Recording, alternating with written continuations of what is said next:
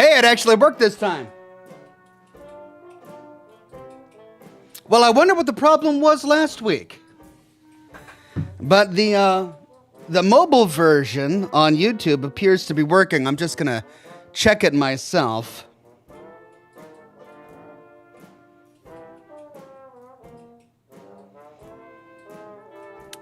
I always like to see it when they come up with new stuff like this.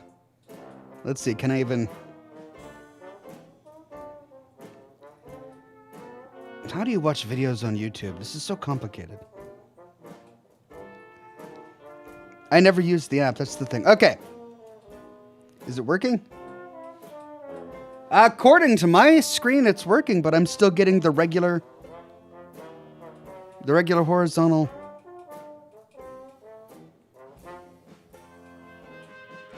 Huh, that's really weird. Yeah, see, it's giving me the original. But according to my screen, the horizontal is working, and yet I'm on mobile in the app. And the regular horizontal version is working. All right, well, I guess they've got some kinks that they're still working out. Anyway, welcome everybody to Scotch and Smoke Rings. It's good to have you on the program today. I've been working hard on my new lore video all day today. It's going to be a doozy. Alex says, my Oxhorn plush was canceled. Oh no, Alex, I'm so sorry. But that might be because I only had 2 left in stock when I made the announcement last week that I only had 2 left in stock, and both sold out. So what I'm guessing happened is I'm guessing a bunch of viewers last week heard me say that there were only 2 left, and a bunch of people rushed to get the last ones, and multiple purchases happened at the same time. So it sounds like yours just wasn't in quite on time. So I'm sorry about that. At any rate, it is delisted now. It's completely sold out. Many thanks to everybody who purchased the plush. I might do another plush in the future, but it won't be the same plush. If I do another one in the future, it'll be different. But I think I'm going to hold off on custom products like that until I find a company that's able to produce items that aren't subject to tariffs, because that's the only way I can make them affordable for my viewers. Until then, I'll keep on looking to see if I can find something that'll work. Anyway, I'm working on a new video and it's coming along great. Definitely not going to be done by the weekend, but maybe by next weekend. That's the idea.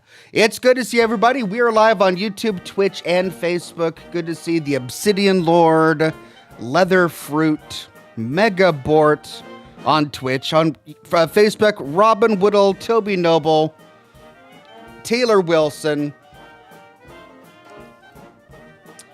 Good to see everybody on Facebook, and of course, as always, all of the regulars, members, and Patreon supporters on YouTube today. Sun, Brandon Beltfed, Alt Grendel, Alex Goforth, John the GM Berardino, The Magic Q, Mr. Virus,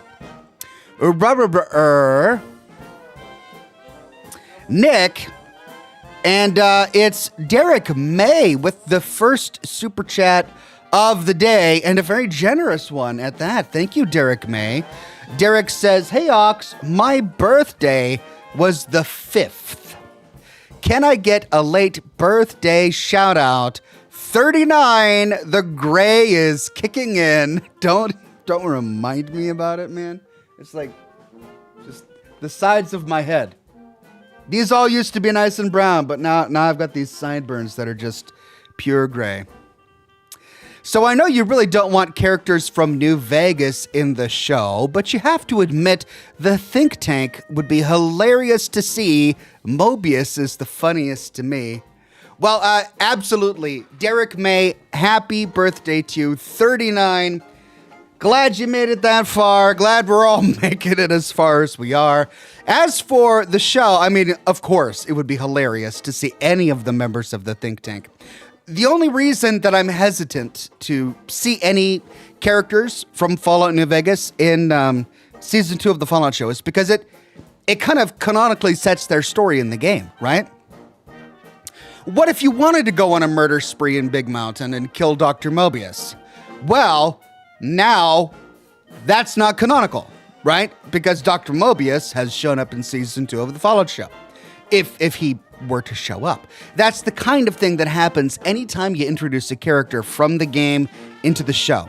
It's the whole situation with House, right? We see House in the trailer for season 2 before the bombs dropped, and that's fine, right? But if they show House after the events of Fallout New Vegas, well, it kind of makes one ending the canonical ending to Fallout New Vegas. And I think that wherever possible, that should be avoided. Bethesda and Interplay aren't afraid of doing that. I mean, when Fallout 2 was released, Interplay famously set in stone one potential gameplay for Fallout 4. And I covered this in my introduction to Fallout 2. But at the beginning of the Fallout 2 strategy guide, they basically went through this long story telling us what really happened in Fallout 1. Ian, apparently, our companion, Ian, died at the Necropolis because he was killed by a mutant named Barry with a flamethrower. And Dogmeat, according to the intro to the strategy guide of Fallout 2, died at the Mariposa military base to one of the laser force field walls. And like, they went all in on it. They're like, this is our story. Yes, you could play the first game, but now it's the second game, and we're telling you what really happened, which completely invalidates your personal gaming experience that you had in Fallout 1. And of course, Bethesda did that as well with Fallout 4, having the Brotherhood of Steel come from the Capital Wasteland all the way to Fallout 4, though it was less egregious because there were so many details that they left blank. I think Bethesda really tries to not dive in on the details of what happened in the previous games, but they're still comfortable taking some of the overarching factions and characters from the previous games. I would even try to hesitate to do that if you could, because some of those factions and characters are involved with canonical choices your character can make. And that's the point of the game. The star of the game is your character. The person telling that story is your character. It's a role-playing game. You're playing a role. You're interacting with the universe. So setting stories in stone later after the fact, I don't like that. As hilarious as it would be to see Mobius,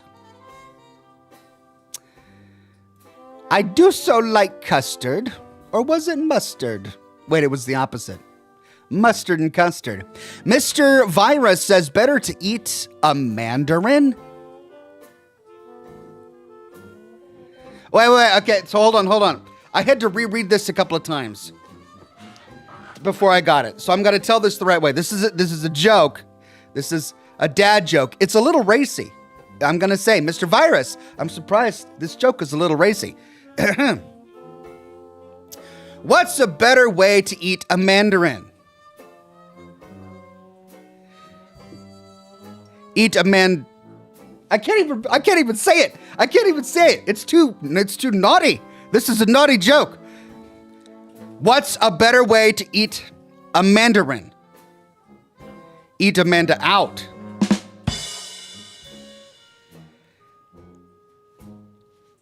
Mr. Virus, thank you for your contributions.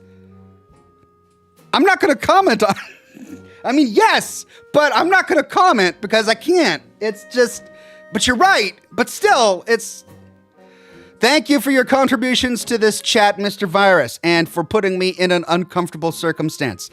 Jake Benz, a member for 34 months, says, it is I, Dr. Mobius. Mobius. He's mad.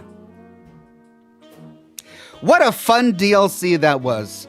I'll tell you what, making that series was so much fun. It was just off the wall, crazy anarchy the entire time. Random Greymane says, yay, I'm time tonight. You are on time tonight. You are here, my friend. At the right time. I think I started a little later than usual, but I figure as long as I don't go live before midnight my time, or after midnight, as long as I don't go live after midnight my time, I've achieved something. I have achieved something.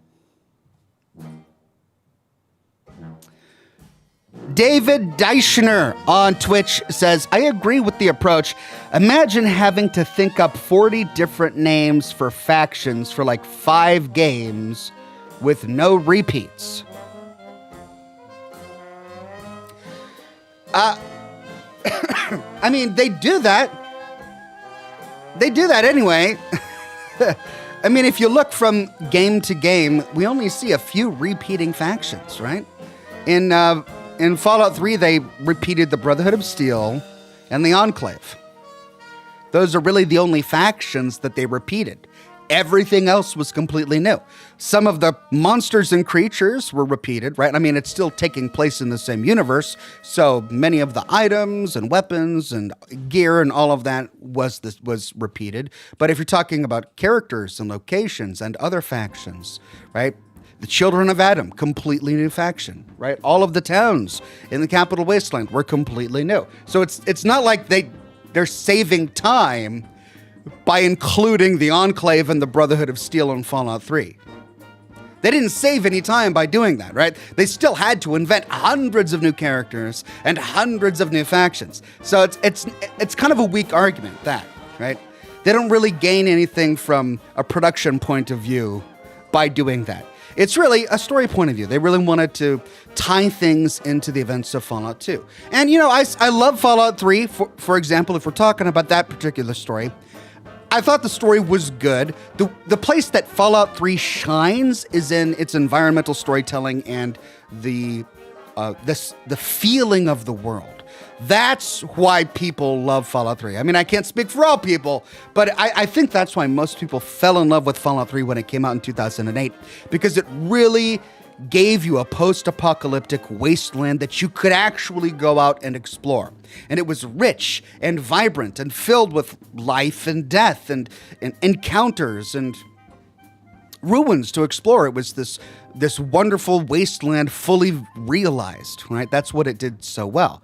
In terms of the overarching plot, it was okay, but it wasn't the best, right? I think Fallout New Vegas, for example, had so much creativity in all aspects of the plot, including the overarching plot, that when you compare the two, the story of Fallout 3 is really kind of storybook, you know? It goes from beat to beat to beat. You've got some major story arcs. And they did some really good things, right? They invented Liberty Prime, right, in that story. They did a lot of wonderful things in the story of Fallout 3. But if you're taking a look at the world building and the lore making and the mythology, right, and the history that they're creating from scratch, Obsidian did an excellent job with their story in Fallout New Vegas. And, you know, they did use some factions from previous games, but they didn't make them the focal point. The Brotherhood of Steel is there, and there's a story about the Brotherhood of Steel, but it's not the focal point of the game. It's not one of the factions you can even side with, right? Instead, they evolved the NCR. They gave us a new faction called Caesar's Legion. They gave us a new faction called Yes Man. They gave us a new faction called House. They just gave us so much that was new.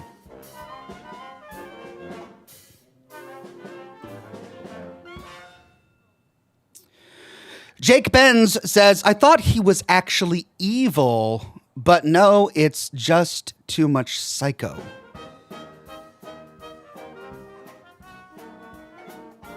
What's that in reference to, Jake?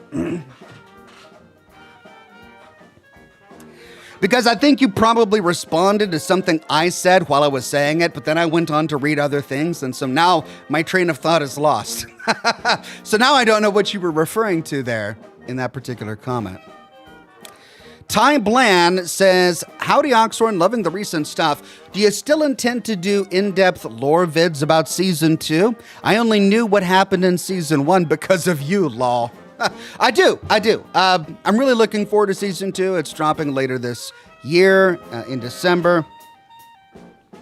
And I'll be doing exactly with Season 2 what I did with Season 1. I'll be knocking out character profiles, faction explanations, plot point explanations, vault overviews, all the stuff that I did for Season 1, I'll do for Season 2.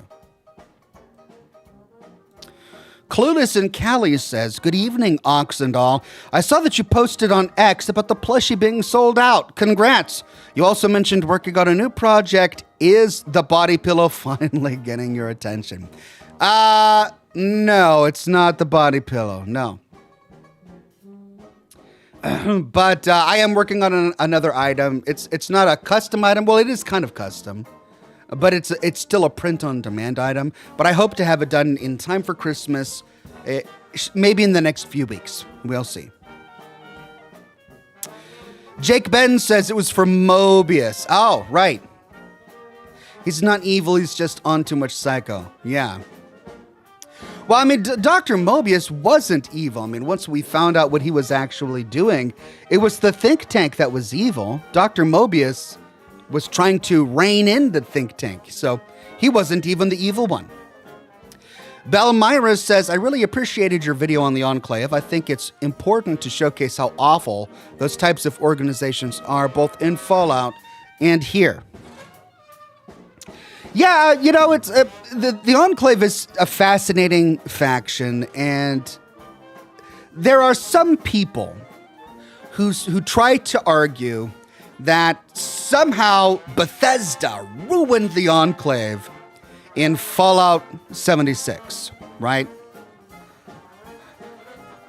But if you go back and you actually sit and listen to the words Dick Richardson says in Fallout 2, if you actually take a look at what Chris Avellone wrote about the Enclave in the Fallout Bible, you realize that Bethesda didn't ruin the Enclave at all. That they depicted the Enclave exactly as Interplay intended the Enclave to be depicted. For some reason, and I don't understand it, I don't get it. For some reason, there's a very small segment of Fallout players who kind of idolize the Enclave in some way, like they think that the Enclave is really the good guys, like they really are the legitimate heirs of the U.S. government, and they really do have the best in mind for the wasteland, and they really have amazing intentions. And it's like they literally wanted to poison the entire world with a virus by putting it into the atmosphere and cleansing all mutated people. And that's not Bethesda. That's Fallout 2. That's Interplay, right? So if you sit down and you go through the actual faction, like what all of the games say about the faction, not just the Bethesda games, but the Interplay game as well, it's clearly just a blatantly evil faction. And another criticism that some people will say is, Bethesda made the Enclave cartoonishly evil. I preferred it when the Enclave was a little bit more nuanced, when there was some gray and it wasn't all black and white. And I'm like, what are you talking about? Frank Horrigan just straight up massacres people in the wasteland. The Enclave opens the door to Vault 13, pulls out miniguns, and blasts away the people of Vault 13. There was no nuance there. Their big plan was to poison the earth with a virus. There's no gray. None. It is black and white, even in Fallout 2. There's nothing. Well, I can see the good side. What good side? It's the Enclave, right? So when you go back and you play the games, you actually play the games, you see all of this. And it was really fun being able to put this together into actually a cohesive narrative. Because one of the things that I really enjoyed, especially going through the White Spring Bunker, was seeing all of the nods to Fallout 2 that Bethesda put into many of the terminal entries in the White Spring, into many of the conversations in the recordings. It was great that they actually had so many pieces of that original lore in mind when they were creating the White Spring Bunker. So yeah, it was really rewarding to go through that process and put that video together.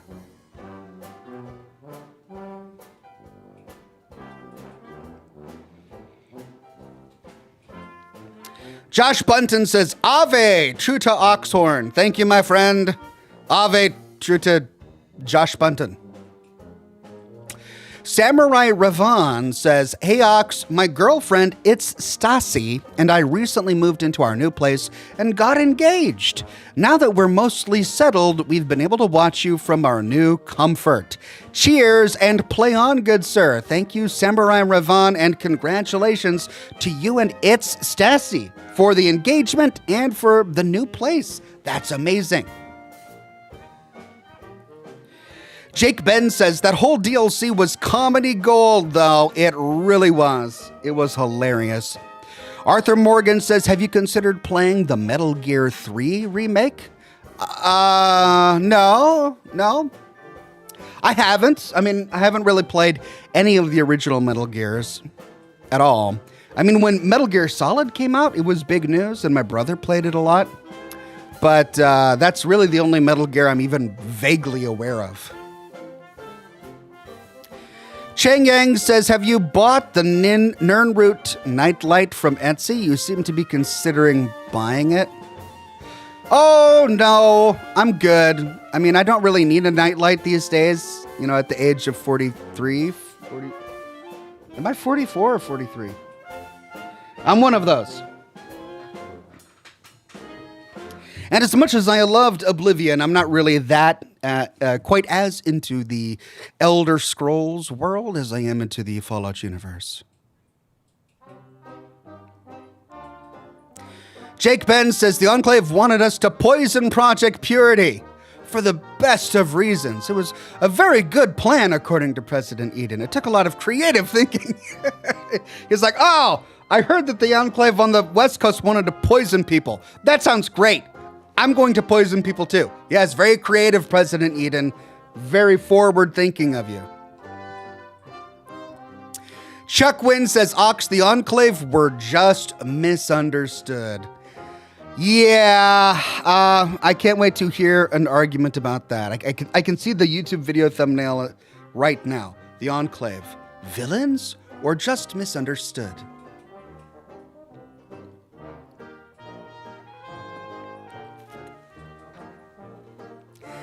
Davis Luminos says, "Hello, Ox. I've revoked my sub for YouTube Premium.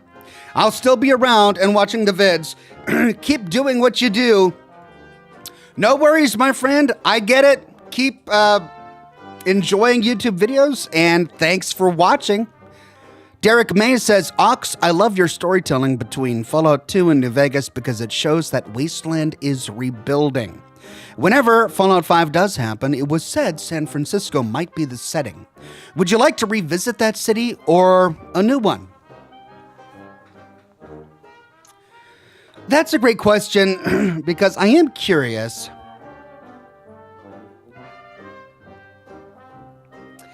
And it's such a big city, right? The San Francisco we got to explore in Fallout 2 was really rather tiny compared to the huge size of San Francisco in the real world. Like, there's more to do in Reno, in New Reno, than there is to do in San Francisco, right? So on one hand, I don't like the idea of canonizing endings and factions. On the other hand, I feel like there's so much potential that can be done with San Francisco that wasn't done in Fallout 2. So I guess ultimately I wouldn't be that upset if San Francisco showed up in an upcoming Fallout game. That said, I don't think Bethesda will, because I think they're probably going to focus on the East Coast. That's just my gut instinct. I don't really know. But I think they're more likely to set their games on the East Coast rather than the West. If anything, what might happen is San Francisco might show up in the Fallout show. Wouldn't it be interesting to find out more about the She during the Fallout show?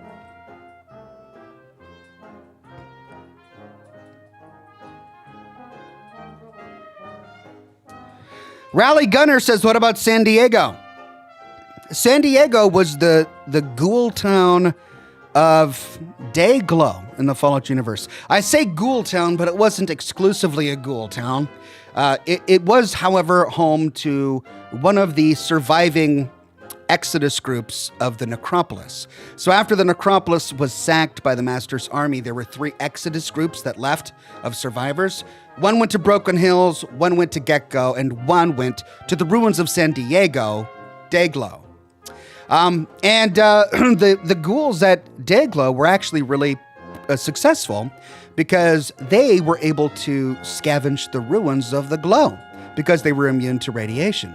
And that gave them a lot of electronics and a lot of high-tech scrap that they were then able to sell. So the ghouls in San Diego were pretty wealthy. That said, we never visit Dayglow in any of the Fallout games. It's a mentioned-only location. So I think it would be totally fair to visit Dayglow in one of the upcoming Fallout games. Nick says, how does one not become a monster in a world of literal monsters? Well, pay attention to Lucy from the Fallout show. She shows you a good way. Or take a look at Preston Garvey. There are characters throughout all of the Fallout games that don't become monsters, even though they exist in a world of monsters. And that's, I think, a presumption that there are many people, not only in the wasteland of the Fallout universe, but who are playing the games, they presume this has to happen. They think that because the world is destroyed, because civilization is gone, that all the guardrails are gone, no one else is being moral, so it's okay to be immoral because morality has no meaning. But of course, this is the philosophy of raiders, and we already realize from all of the Fallout games that raiders don't produce societies, they don't have forward thinking, and there are plenty of civilizations that exist outside of raider civilizations, right?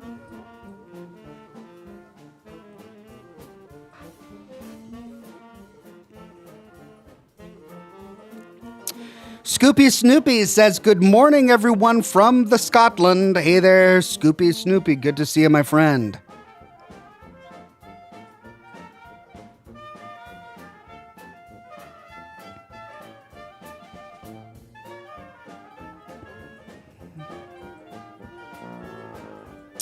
Alt Grendel sent 5 Oxhorn memberships to the community. Thank you, Alt Grendel. And congratulations to Mila, Scariest Bubble, Joe Kraka, 86, Joseph Gobble. Okay, wow. And then Cam C. Thank you very much, Alt Grendel.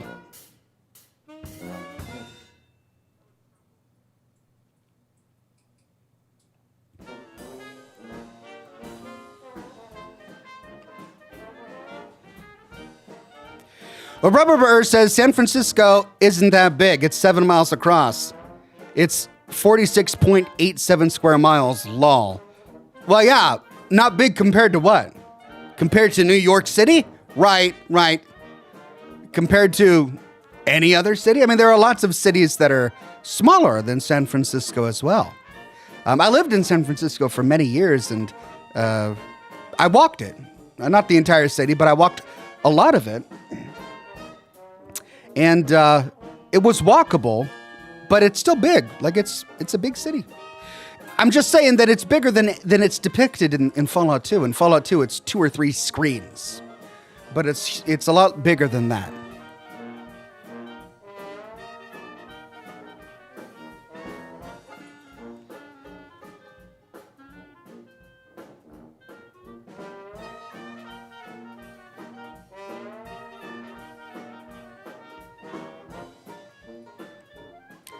Leather Fruit says there's no way Lucy isn't going to turn into a ghoul.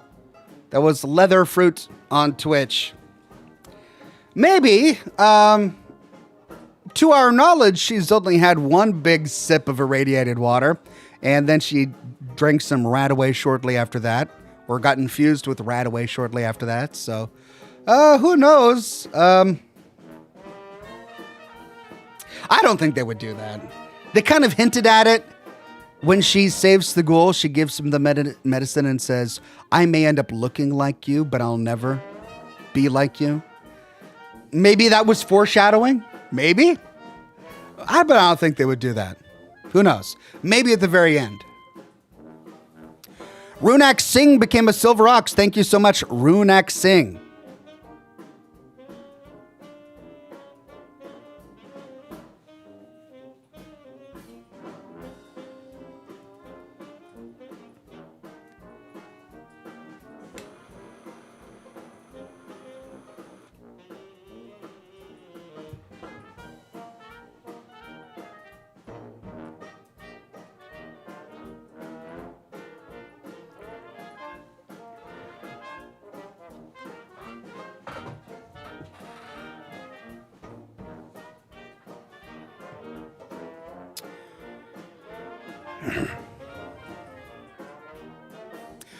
Pop Blender says it's too early to see where the show is going and it takes too long between seasons.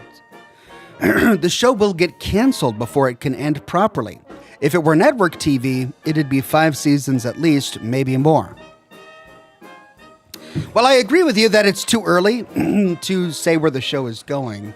I don't know that it's destined to be canceled. It's possible that it could be canceled, but I don't think it's destined to. And I think that they've got a clear ending in mind. There was an interview that came out with the actor who plays Maximus, who talked about how they had developed storyline beats going all the way up into seasons 4 and 5.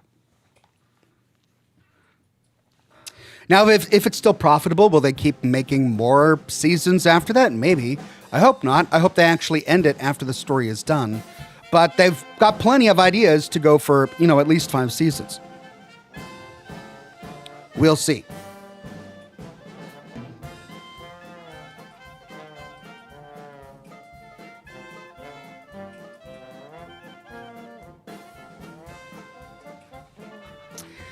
David on Twitch says, "Oh, how come I asked a question and it got passed up twice?" Because I didn't see it.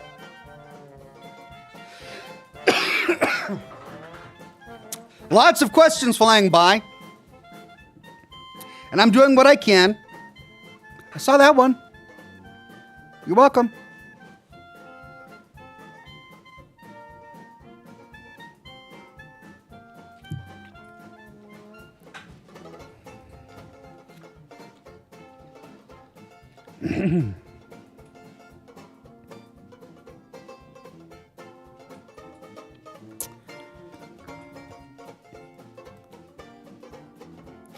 Huh.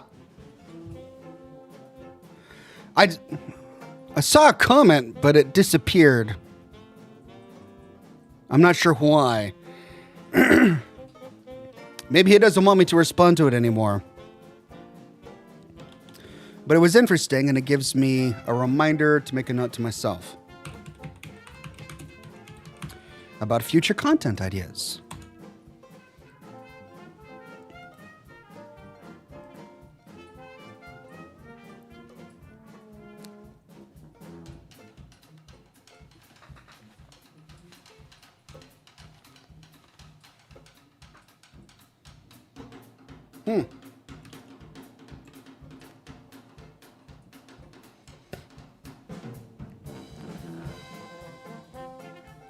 Oh, there it is.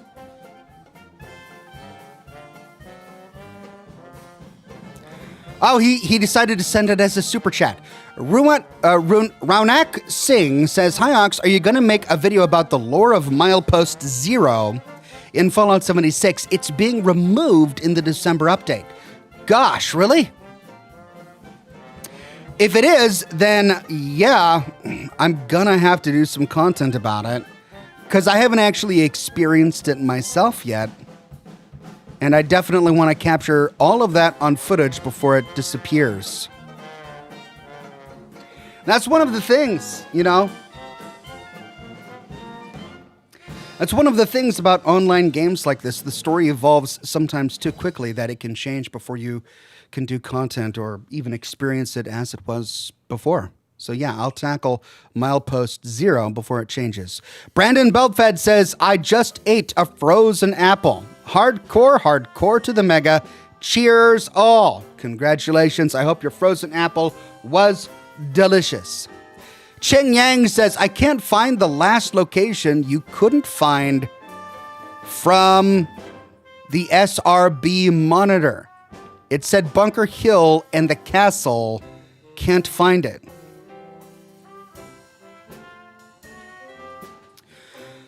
I think you're talking about for Wayward Synths. Because the SRB did have a terminal that talked about some known synths that they were working on reclaiming. One was by Bunker Hill. One was by the Boston airport. One was by the castle. I don't remember there being one by the castle.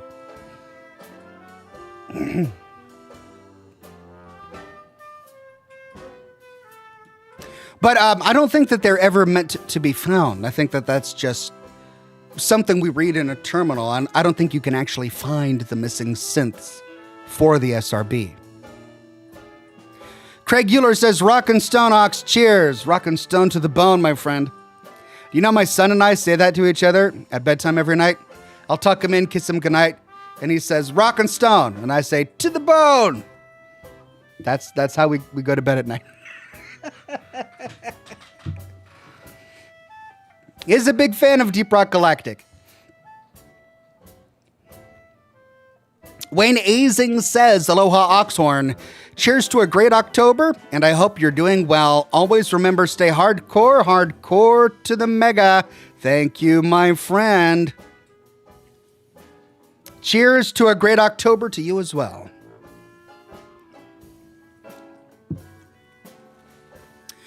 Brandon Belfed says, what's the difference between in-laws and outlaws? Outlaws are wanted.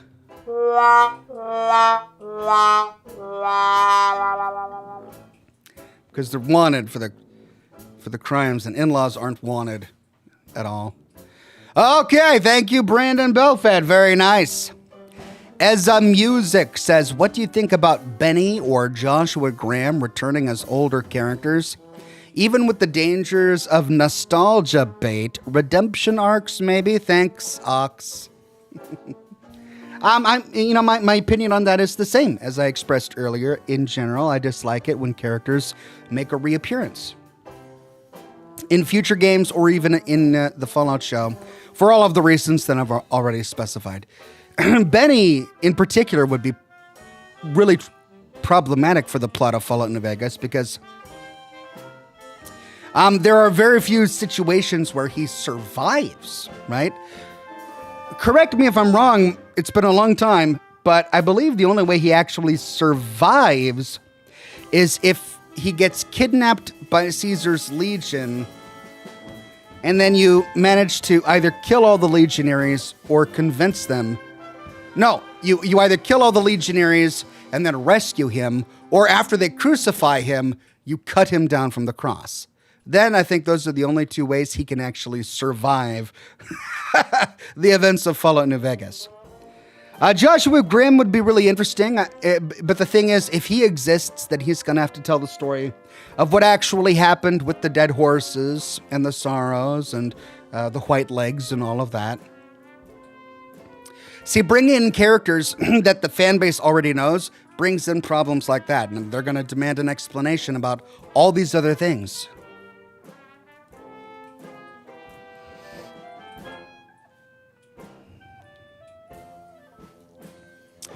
Derek May says, Ox, if anyone from New Vegas does come on the show, I've got two in mind. Dean Domino, he would probably know Cooper Howard pre-war, and Raul, because Danny Trejo made a post with Walton. Who's the best gunslinger? Yeah, that's true. He probably would have known Dean Domino. So who knows? Maybe he'll show up in the flashbacks of Vegas, right? Because we know that Cooper Howard is going to Vegas, and Dean Domino was a headline act in Vegas. Maybe it's all being set up for us to stumble into Dean Domino. Wouldn't that be cool?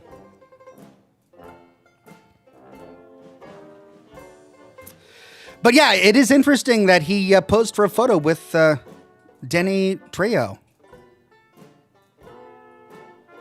So who knows what that actually says about Raul.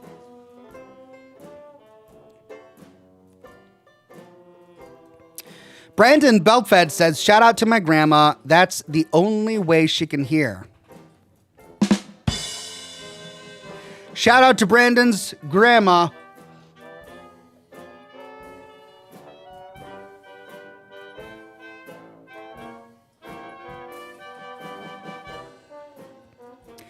Alien Face says, how you liking Little Nightmares 3 so far, Ox? Stay amazing, Ox. I'm enjoying it. You know, it's right in line with Little Nightmares 1 and 2. So, yep. You know, I can't say which one I like better. I like them all about the same, really.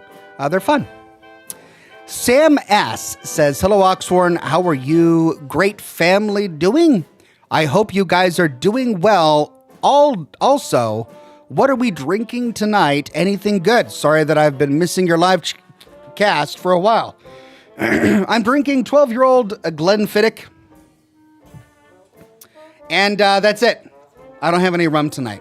Just that. And I'm doing well. And the whole family is doing well, too. Thank you for asking.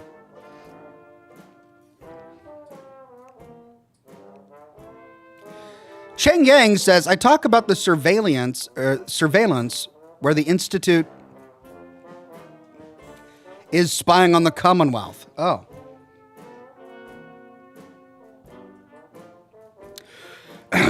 Well, the Institute was using their watchers, their Institute synth crows, to do a lot of spying on the Commonwealth. They not only had synth people that they had sent out to conduct experiments and to watch over important areas like Diamond City, but they had their synth crows that were flying everywhere as their eyes and ears above ground.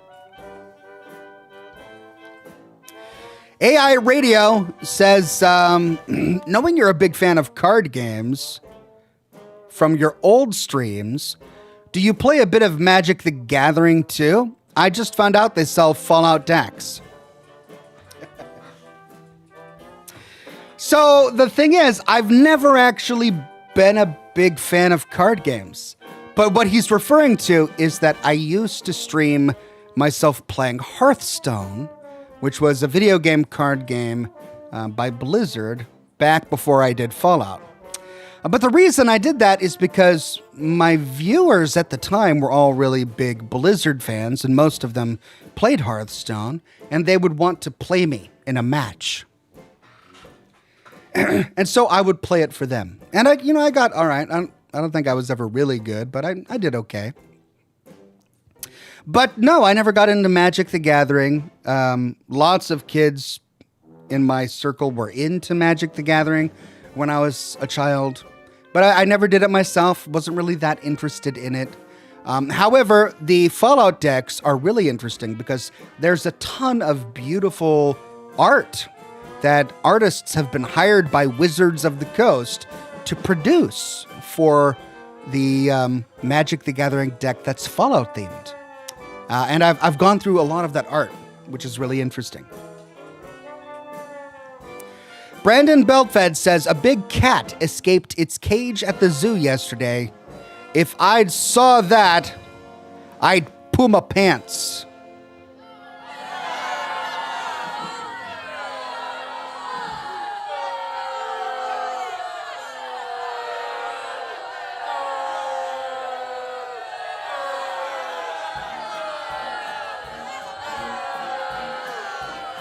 Big cat? Puma?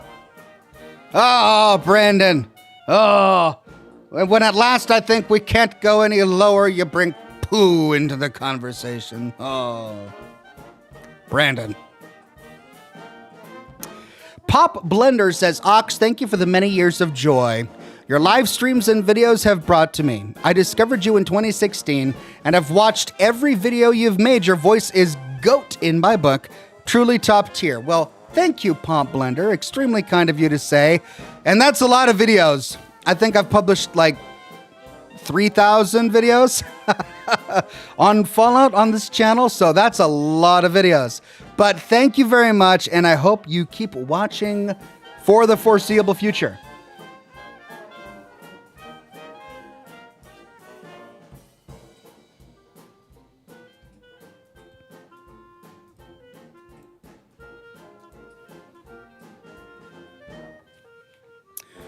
Random Greymane says, Ox, it sounds like Cheng Yang is trying to find the locations on the map shown in the SRB monitors. Oh, the screenshots shown. Right. I did an entire video on that a long time ago.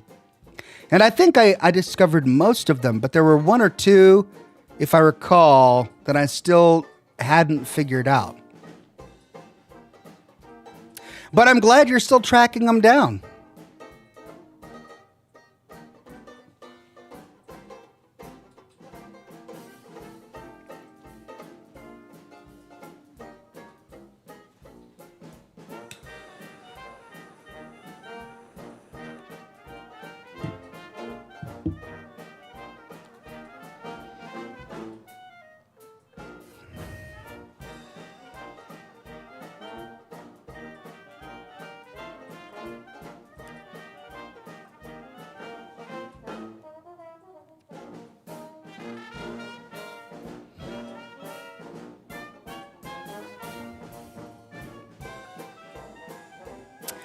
Keon Tales says, the director of the show said they won't choose a canon ending. Personally, I'm taking that as we won't know who won Hoover Dam.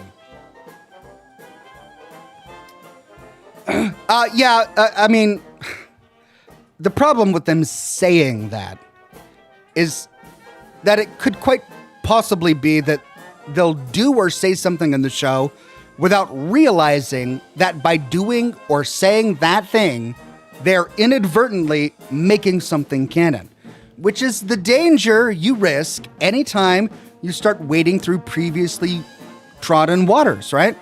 Anytime you revisit a location, you can make changes to it if you're telling a story there. So, it's the whole house thing. The director comes out and says that he's not going to say what the canon ending to Fallout New Vegas is, but if House is alive in any way, the House ending is the canon ending, right? And I can't see why they're going to go into this huge detail about showing Mr. House before the war, showing the Lucky 38 after the war, exploring the streets of New Vegas, going all the way to New Vegas, and we don't meet House? Okay. I suppose that's possible. And if they do that, if they stop it there, I'll be, all right. But the fact that we see Securitron wreckages in the streets, the fact that Victor is still turned on, all of these little things are giving us a canonical ending for Fallout New Vegas. He might not give us who won the battle for Hoover Dam, the second battle for Hoover Dam, but he might do a bunch of little things like this that are still going to give us a canonical ending.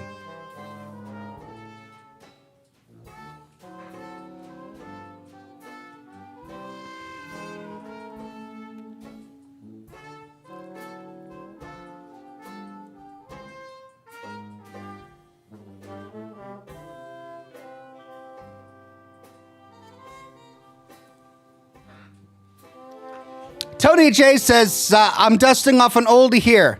Why would you prefer dating a Vulcan girl? They don't cling on.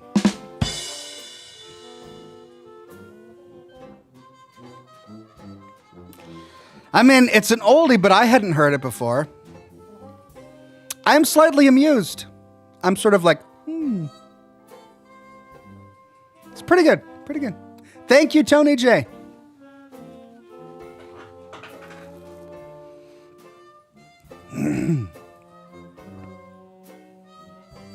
Scottish Sakura says, quick fire round. What are your top 3 video games that aren't Fallout? Your videos have been getting me through a rough time. Thank you and much love, X. Thank you, Scottish Sakura. Red Dead Redemption 2.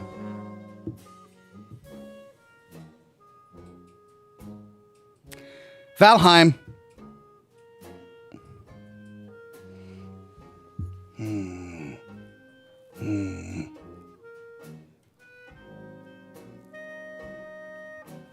Satisfactory.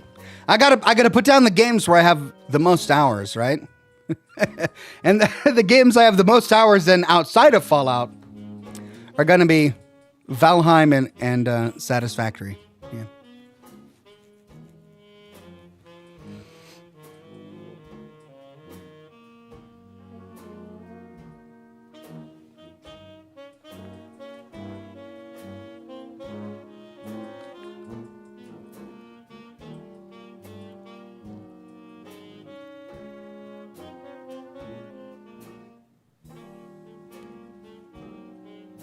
Samurai Ravan says that's only 2.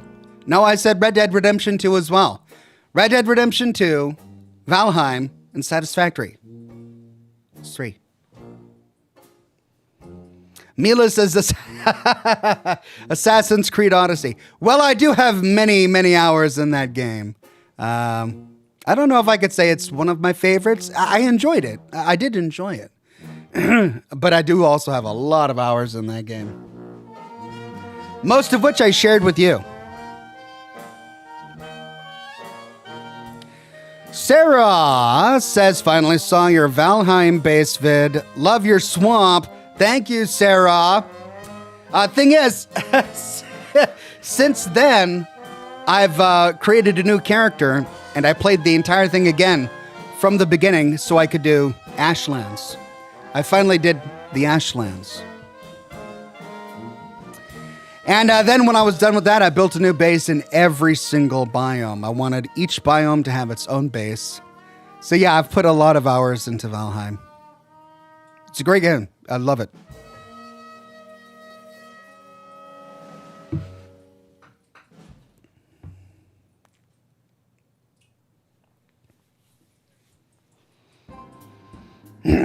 Kai on Tails says, in hindsight, I kind of wish they didn't say the show was canon. That would have given them leeway, and future games could treat it like Brotherhood of Steel Tactics. Mentioned, canon. Ignored, not. I disagree. And the reason I disagree is because there are so many people who love the Fallout universe for the integrity of its storytelling. I'm not talking about moral integrity. I'm talking about cohesive integrity, right? And if the show wasn't canon, they wouldn't waste their time. I'm one of those people. If they came out and said the show is not canon, it's kind of set in its own universe, that would have been it for me. I wouldn't have watched it. I wouldn't cover it on my channel. I would have completely ignored it. I wouldn't have cared. But because it's canon, I care. And the reason why I'm glad that they made it canon is because I disagree with the premise that making it non-canon gives them more leeway. I understand that it gives people certain restrictions, but great art comes from certain restrictions. Some of the greatest symphonies we have were written by people who had sponsors who paid them to write a song or a symphony in a specific style. Many of the best pieces of art we have were portraits of living people who paid for the artist to draw a particular portrait, or because the church paid for an artist to produce some specific art, right? They were given restrictions, and great art comes when an artist uses their creativity to stay within the boundaries of those restrictions while still expressing their creativity. That's why it frustrates me so much when games don't stick to the canon, to the canonical lore, because it's lazy storytelling. And it tarnishes the art. It tarnishes the story that you're trying to tell. Sure, it's going to be harder for the producers of the Fallout show to tell a show that doesn't make a bunch of canonical endings for the other Fallout games and doesn't, stomp on the feet of any of the previous storytellers in the Fallout universe. Yeah, that's going to be a lot harder, but it's going to force them to be more creative and to potentially think down a pathway they otherwise wouldn't have, which will cause them to make something that's even better. So that's what I'm hoping happens.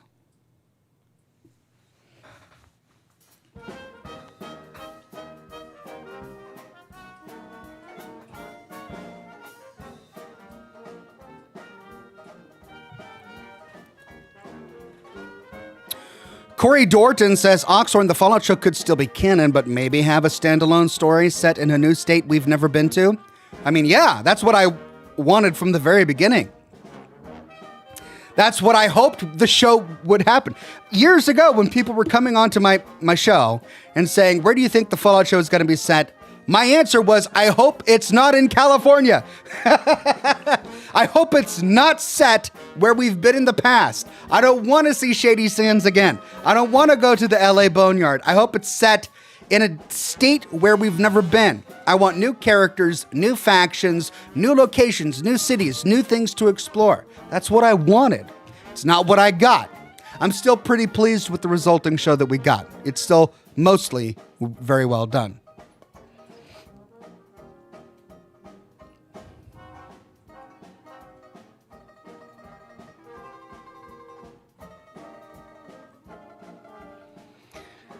Jay McBrownie says, different is rarely better. Yeah, and that's the big mistake that the developers of Fallout Brotherhood of Steel made. Because they worked at Interplay, and they were fans of the original Fallouts, Fallout 1 and 2. And it inspired them and it excited them, but they wanted to leave their mark. I was doing some reading on this, and I was reading some interviews from some of the developers of that game back before it came out. And even before the game released, there were people online on the Fallout forums that existed.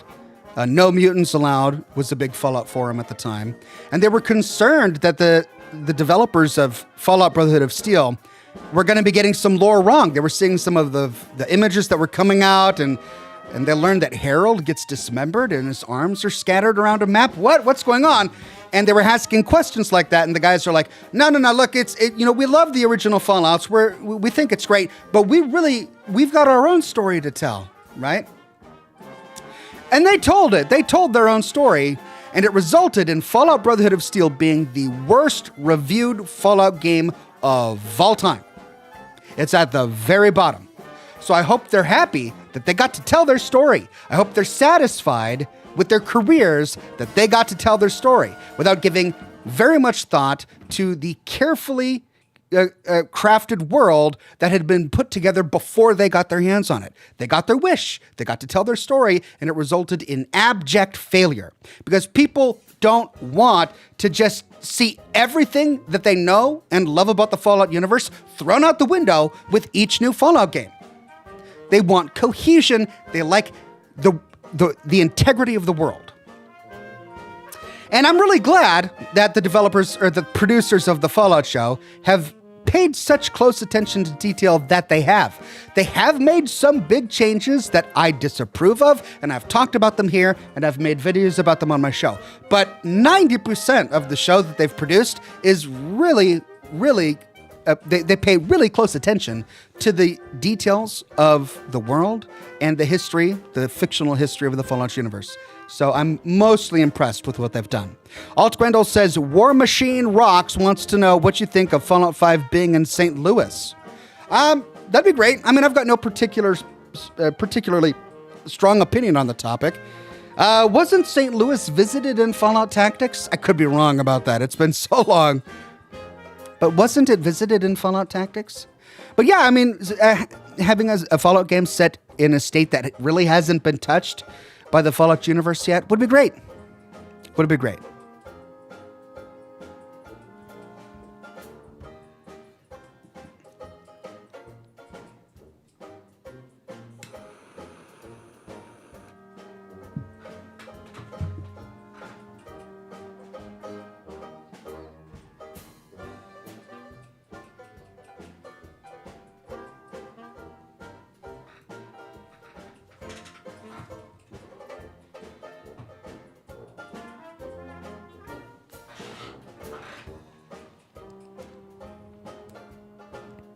All right, well, that's about time.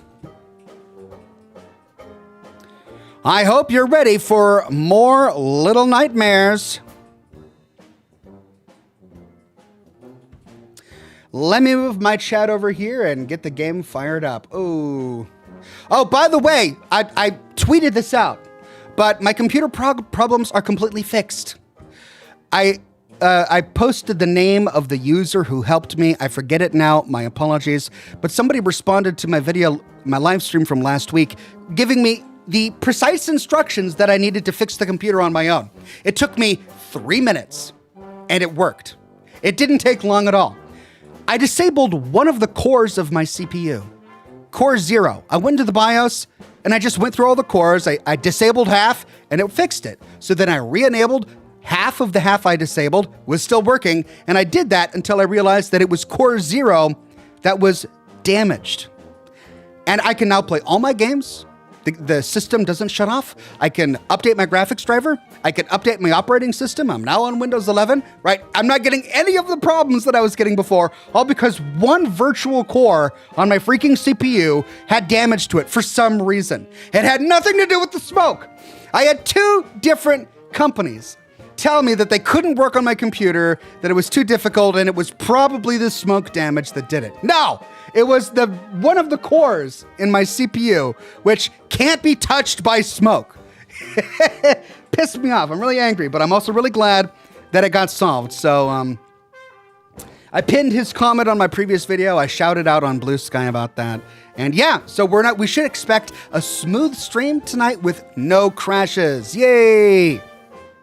And if there are crashes, we'll know it's not my computer's fault. Cheng Yang says, do you think Roger Maxson will make an appearance in season 2? Do you think they will make Roger look bad and wrong? I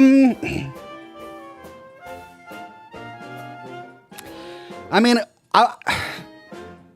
like I've said previously, I'm hesitant to revisit locations we've already visited and see characters we've already seen.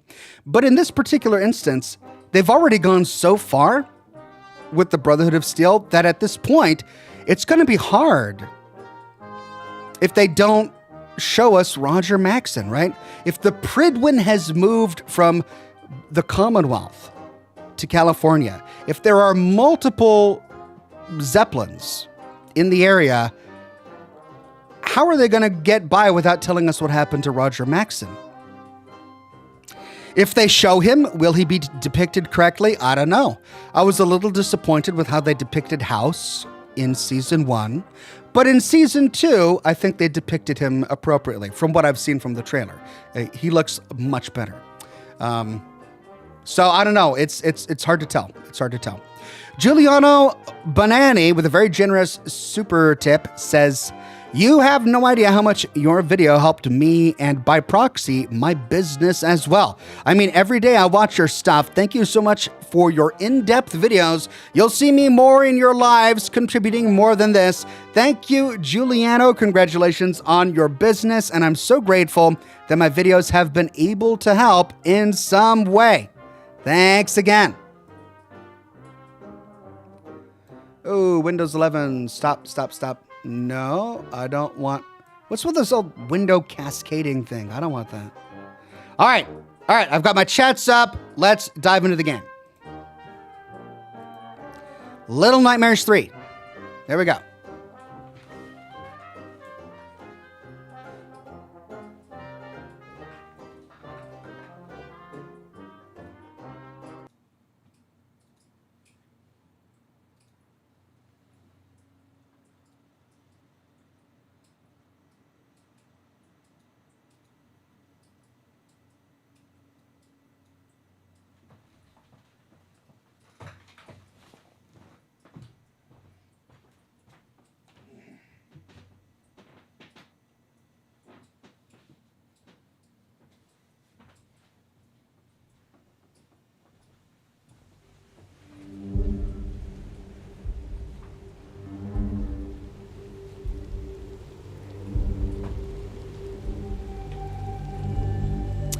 Samurai Revan says, the little things. Gotta love PC gaming. Am I right? Yeah.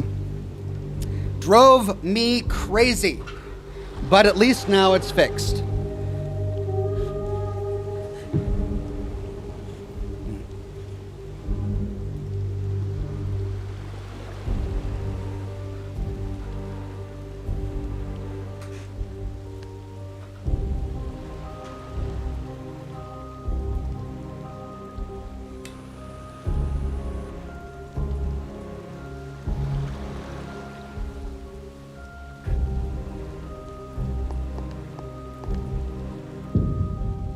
we go.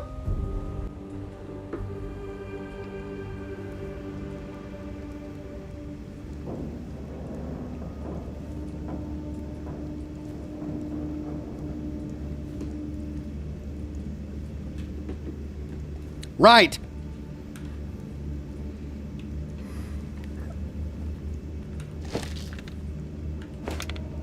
Which button was flashlight? There we go. Okay. Now, where were we?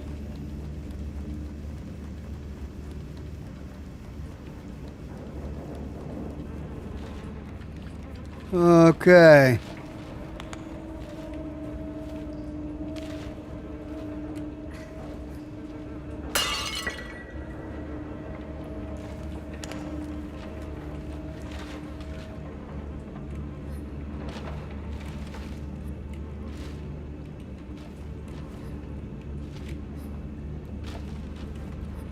Right, so how do we get up there? I'm guessing we gotta push something up there.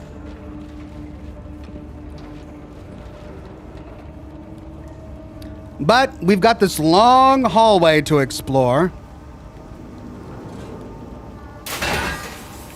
God!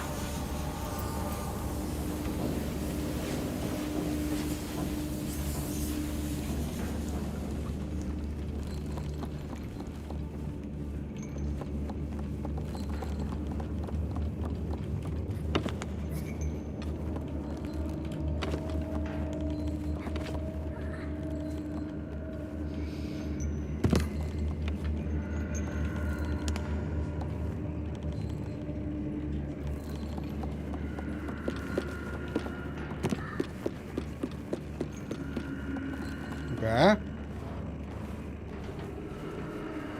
Oh! It's an eyeball! Oh, there are teeth under the grate! You see that? Teeth?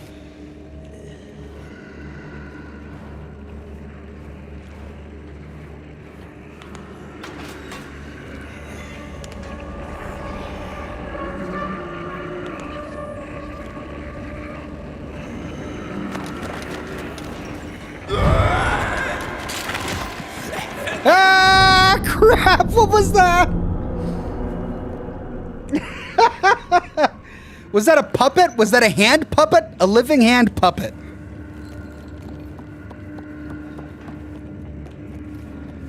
Right. I guess we don't shoot it. I didn't have my bow out.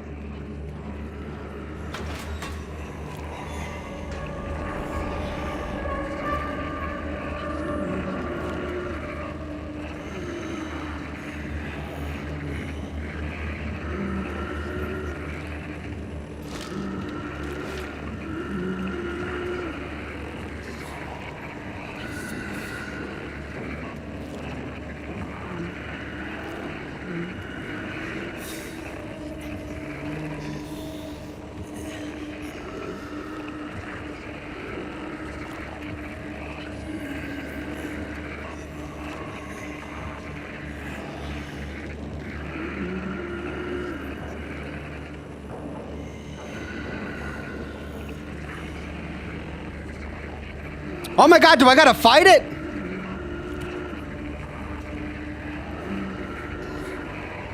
There we go.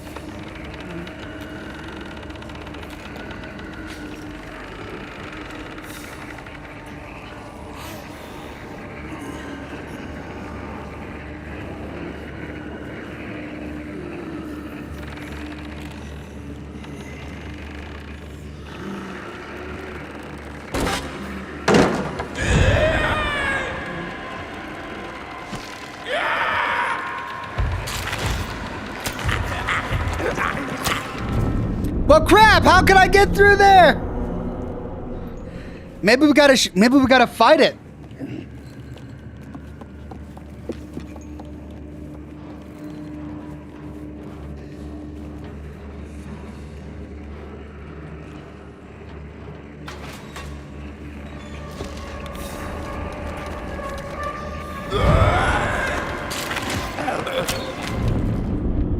Nope. can't shoot at it. Okay. And if we pull that off, we can't get through because there's still one on the bottom.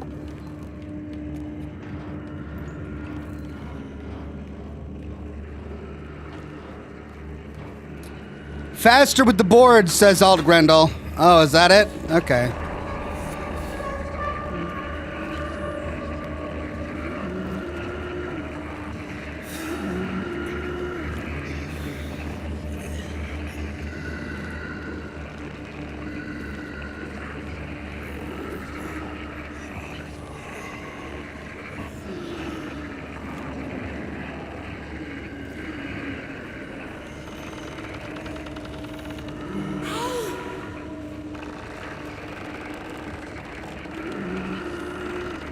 Come on, kid.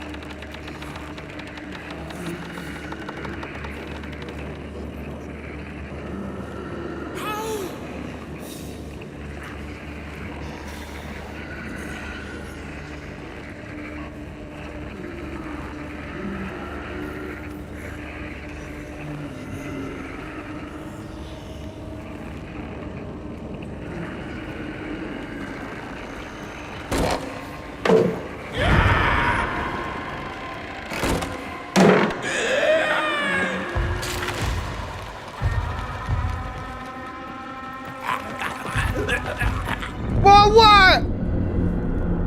Where do I had to find a place to hide. Oh, man.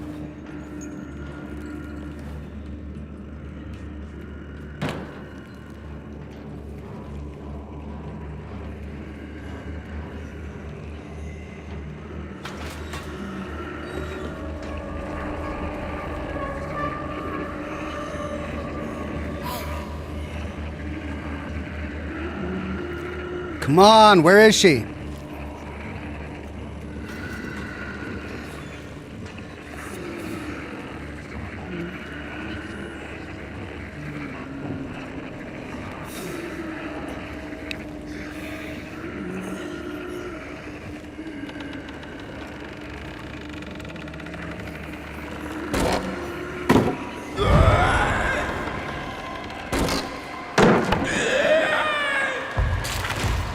Where do I hide? Oh!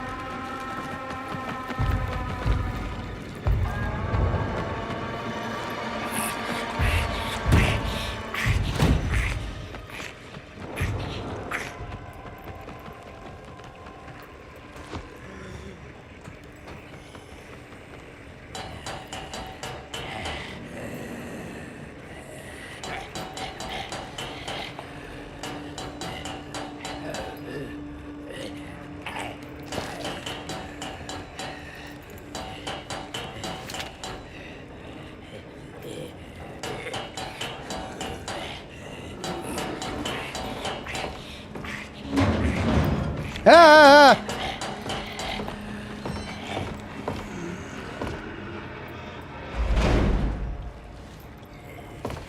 Ah!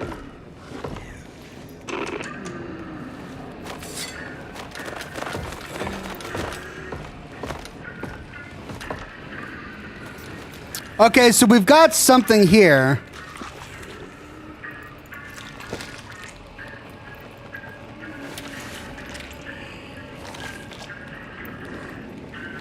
Looks like I need to find a key and insert it into it to twist it to open that hatch.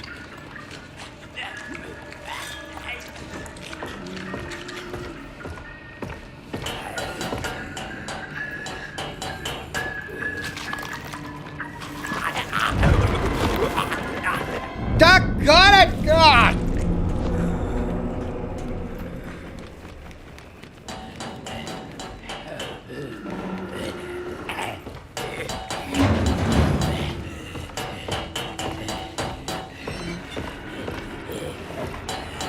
Oh, he's like a little pet. He wants to be fed.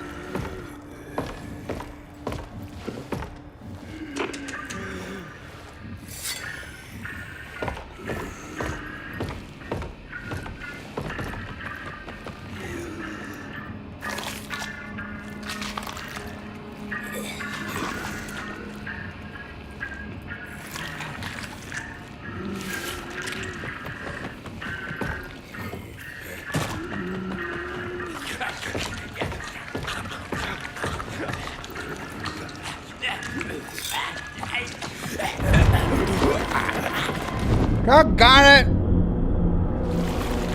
I thought he was busy eating.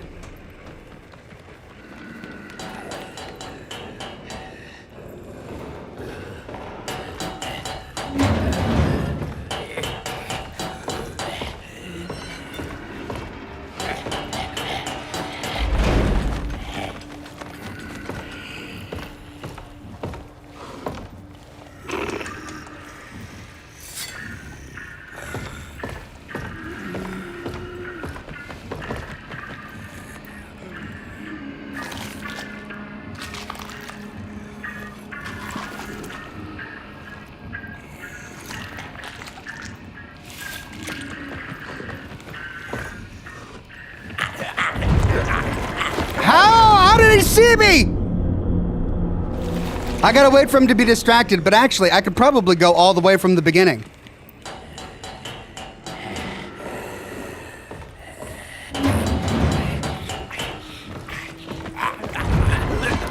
Oh, that's not fair. It worked last time.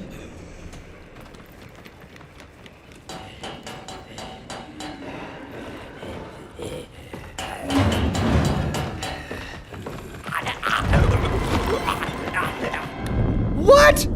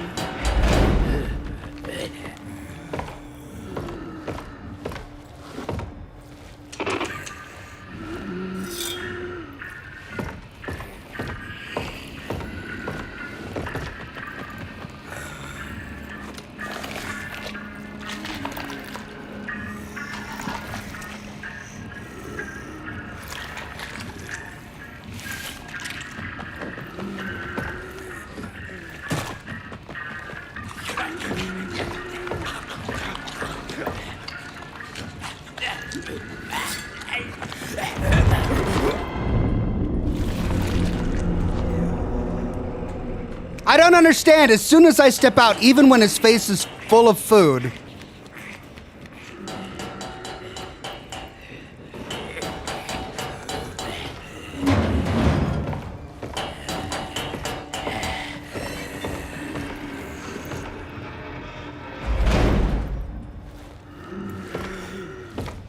Maybe I gotta watch the whole loop first.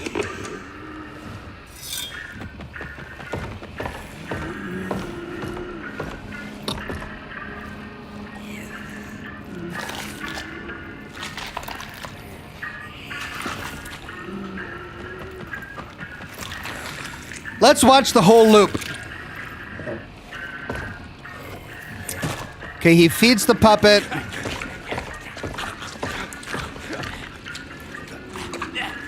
He gets the knife. He goes back.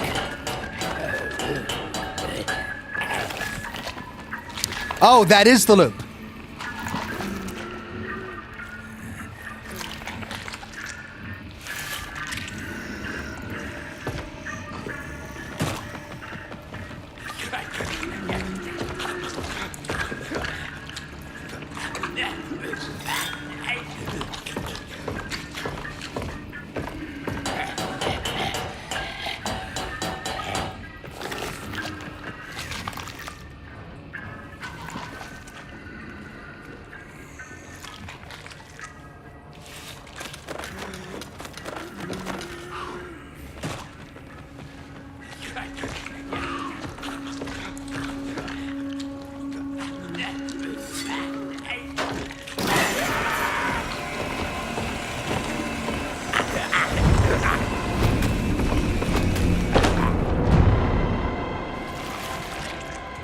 Right, okay, I know. I should have hid. I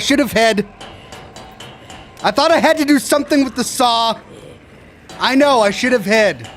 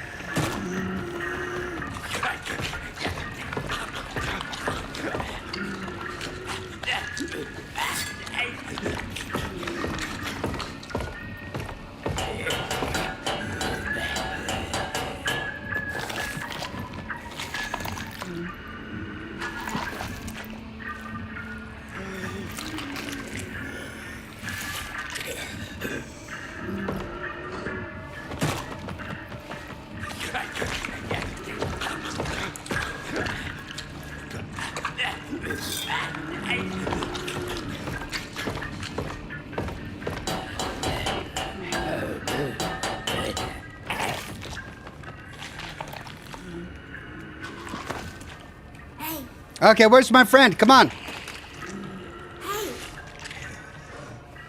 Oh.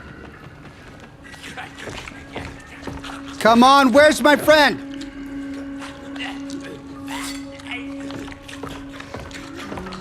Really?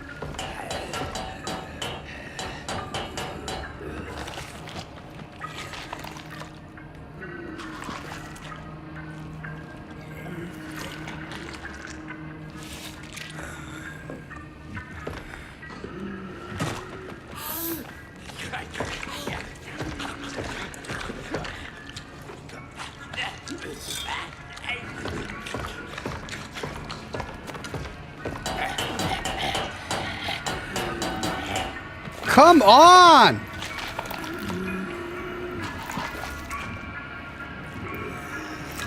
Is she stuck?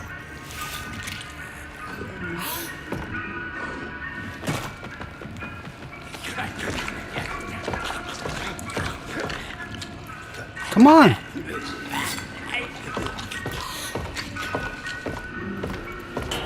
Okay, I'm gonna reload checkpoint. Because she's not moving.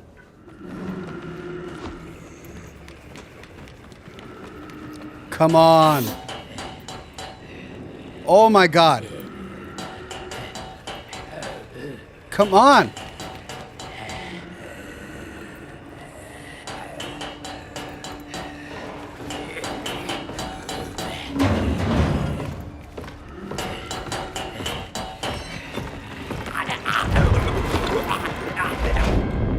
I tried to get too much. Guess I gotta wait around a little bit for her AI to kick in.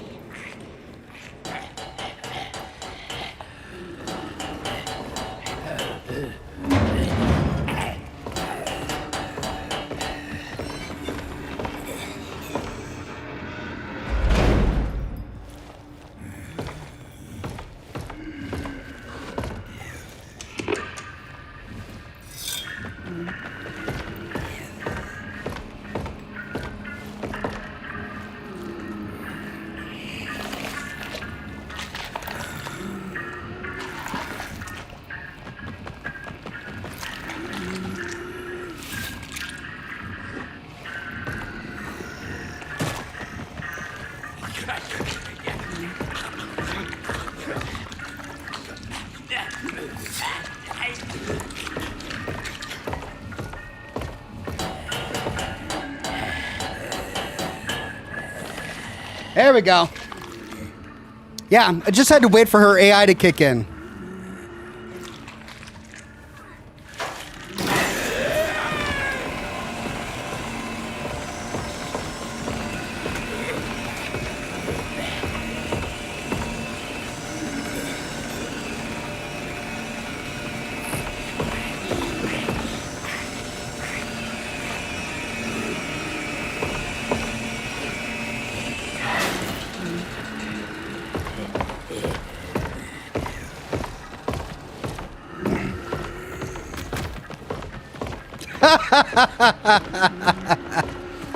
So we just do this over and over again until we get them cut up, right?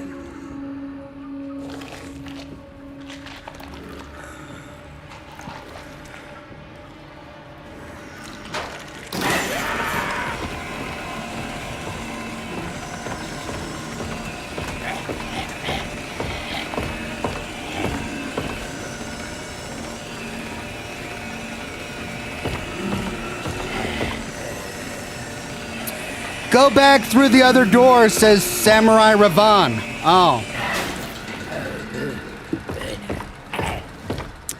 Oh, it's a distraction. Oh. I thought it was going to enrage them. And they would frenzy or something and get all chewed up.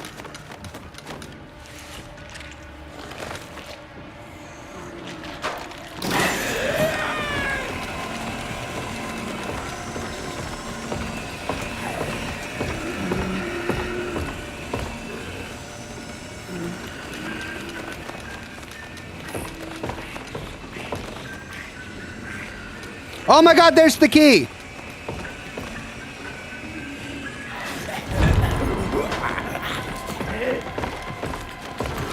Okay, that's what I gotta do. The key is on the table.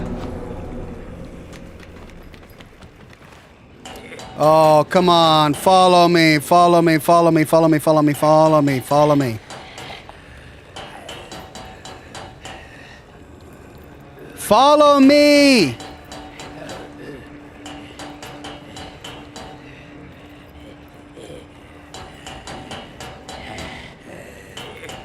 She got stuck again.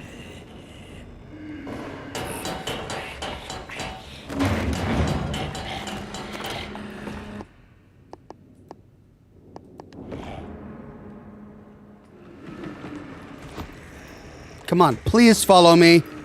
Please follow me. This way. There you go.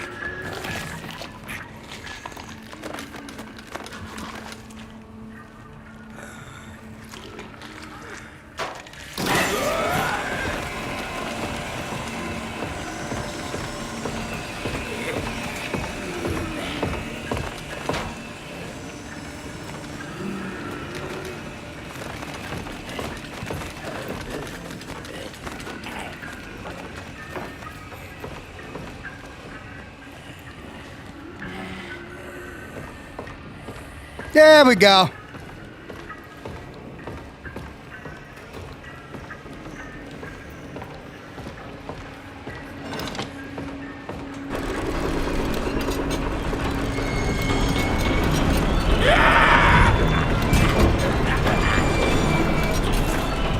Whoa! Ah, more teeth!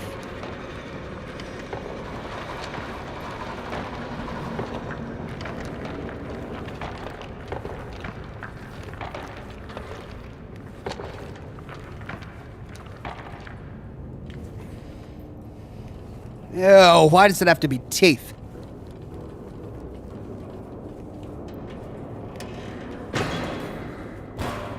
Hold on, let's see if there's any secrets up here.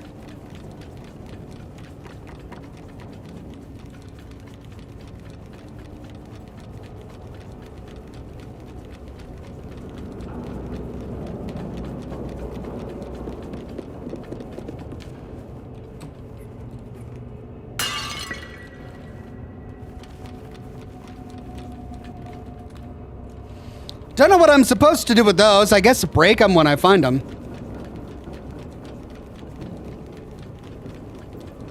Because those look like statues of one of the bosses from the last game.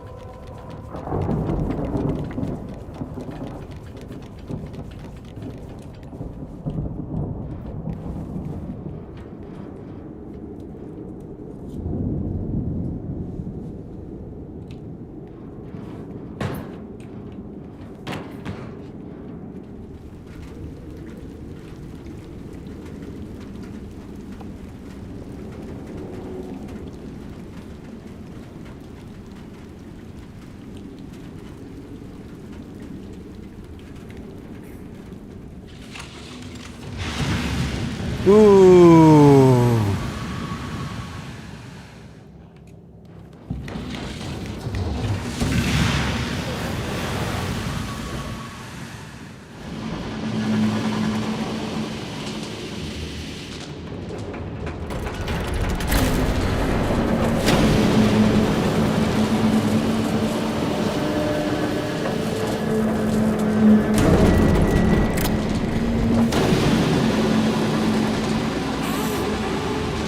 Okay, where's my friend?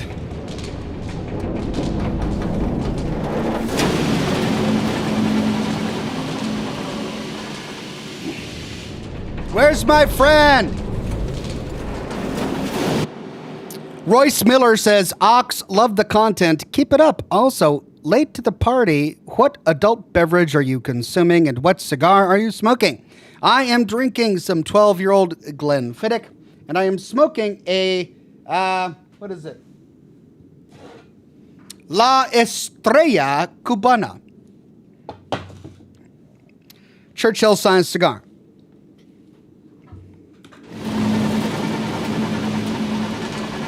Okay, where are you? There you are.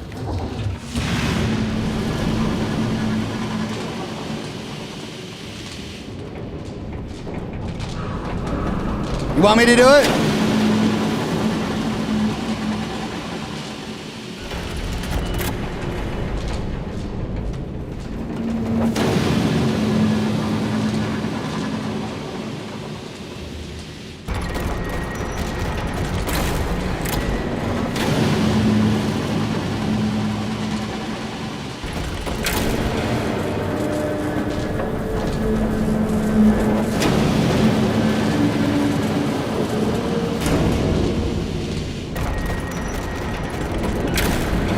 She'd better time it right.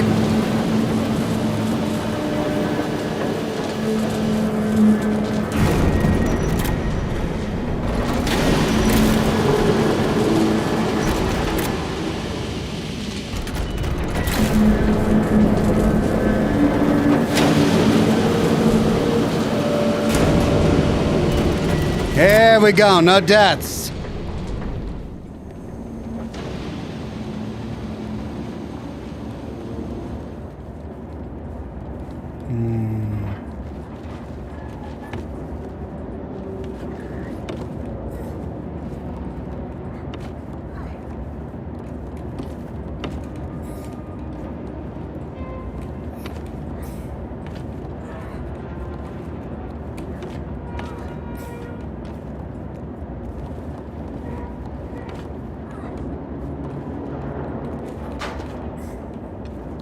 Ah!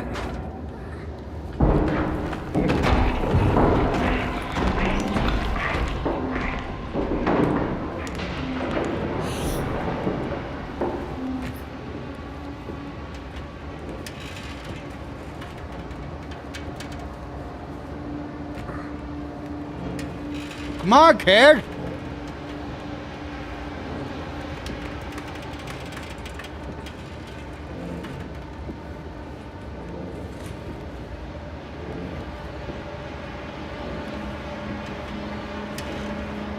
There we go. Jeez.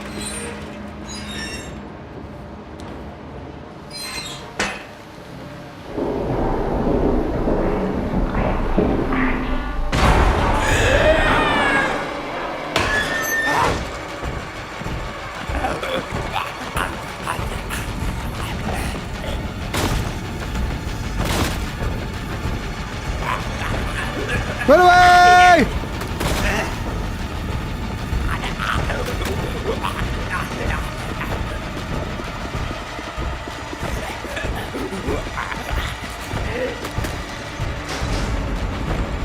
Ooh!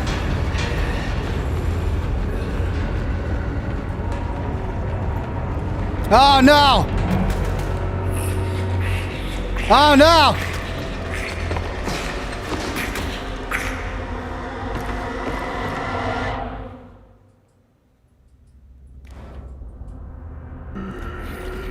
Oh!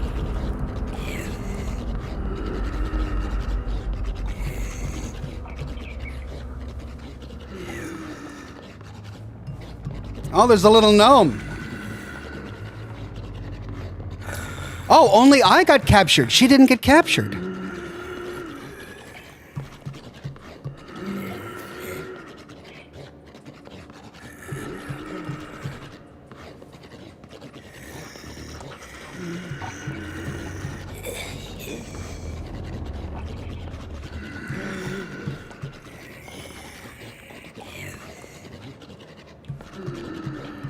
Okay, what?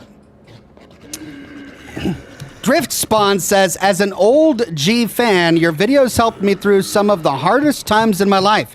They always made me feel less alone. Oh, that's extremely kind. Thank you so much for your kind words. More videos to come.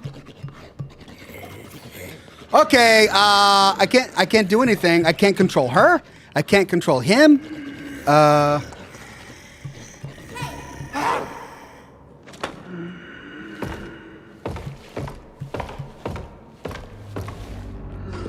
There we go.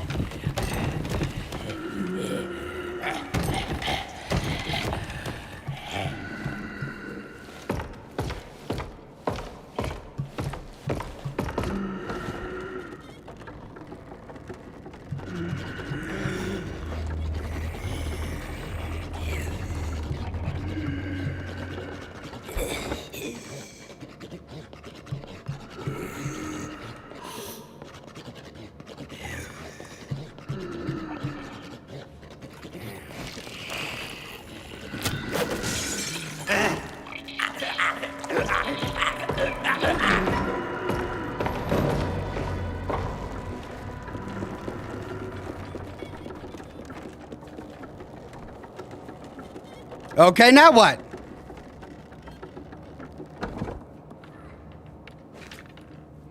This is great. This is like a puzzle I don't have to solve.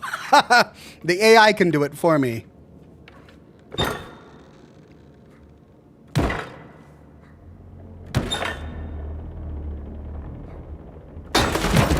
Yes.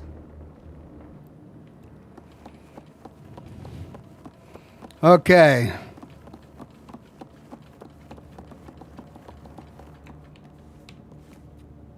Oh, I can't fit in there.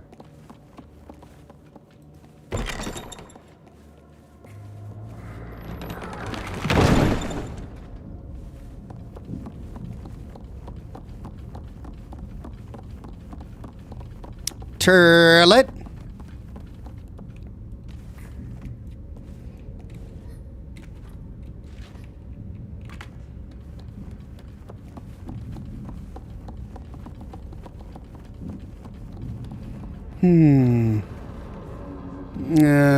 Oh, there's a hand in there and a sausage.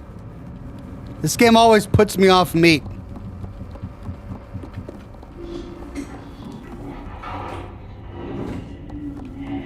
Another kid.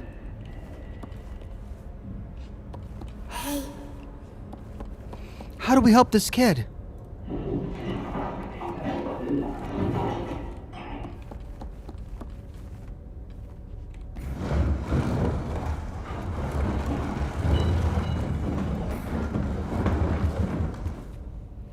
Don't tell me we gotta leave this kid behind.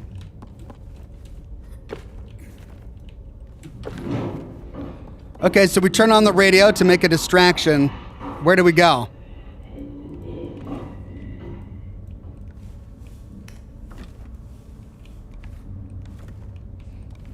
Nope.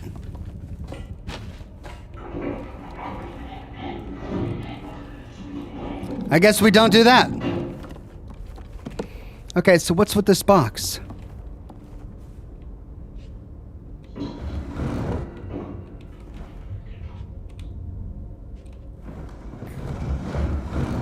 Oh.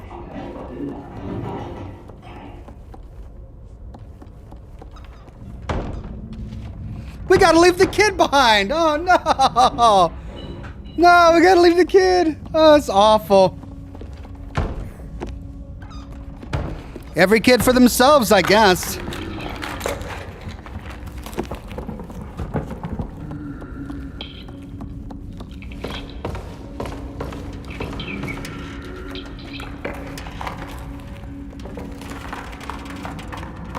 Oh my gosh, where is she?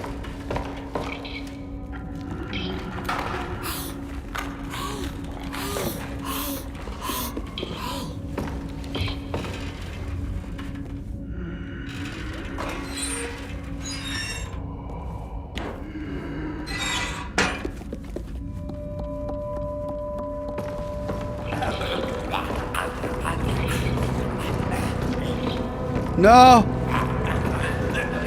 No!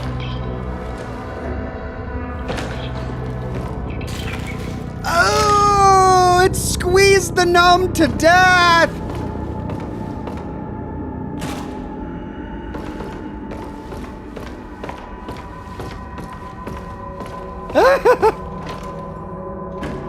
That was brutal.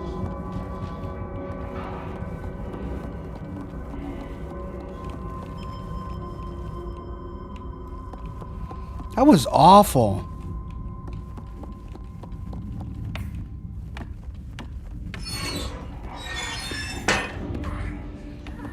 Oh no.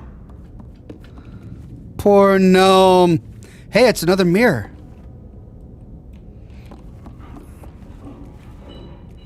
But it's broken. We can't get in that one.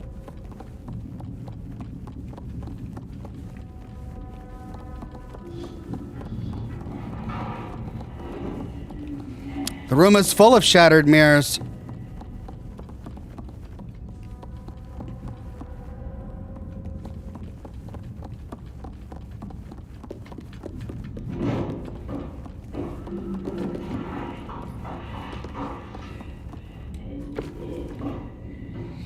Okay.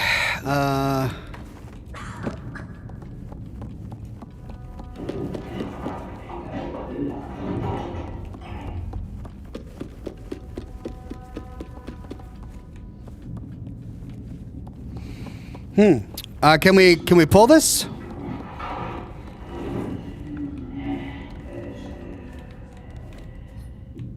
No. Alt Grindle says none of the characters in Little Nightmares are good. Yeah. Definitely getting that vibe.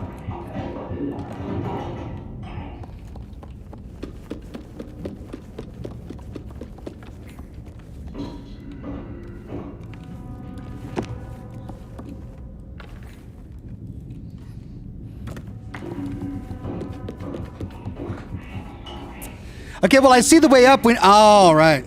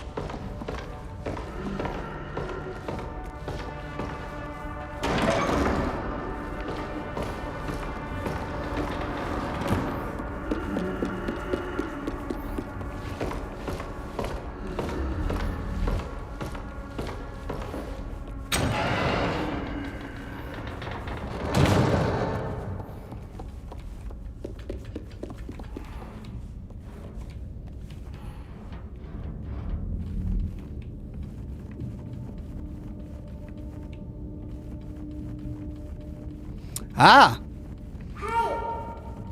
Yeah, I see you.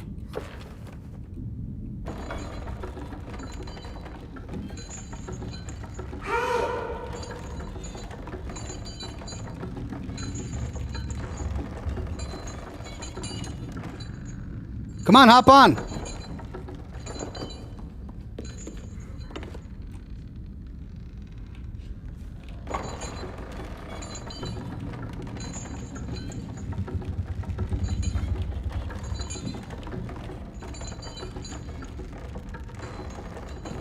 Bingo. Drift Spawn says, as an old G fan, your Fallout videos got me through some bad times and inspired me to create my own YouTube channel, spreading the same love for the wasteland you gave me. Well, congratulations on your new YouTube channel, and I wish you nothing but great success. Okay, well, we're together. We're upstairs. There are handprints on this door.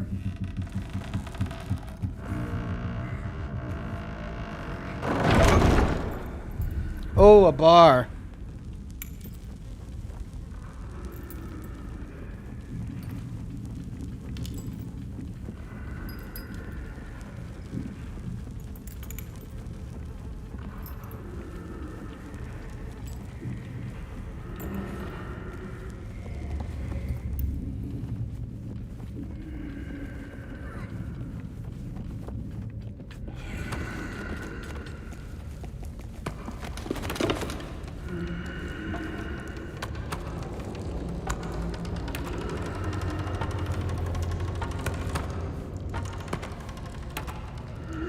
Oh, they're making the other kid juggle.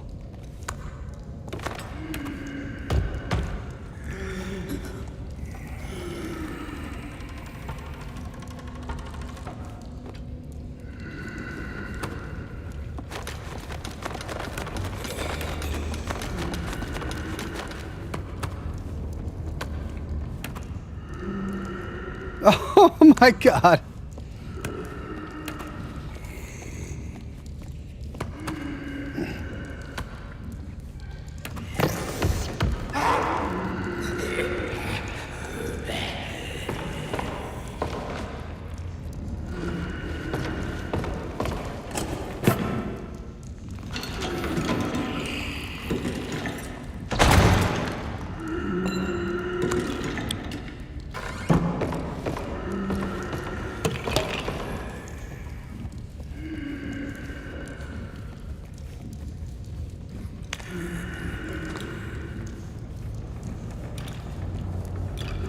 Why are we going this way?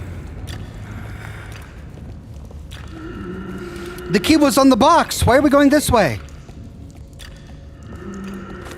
All right.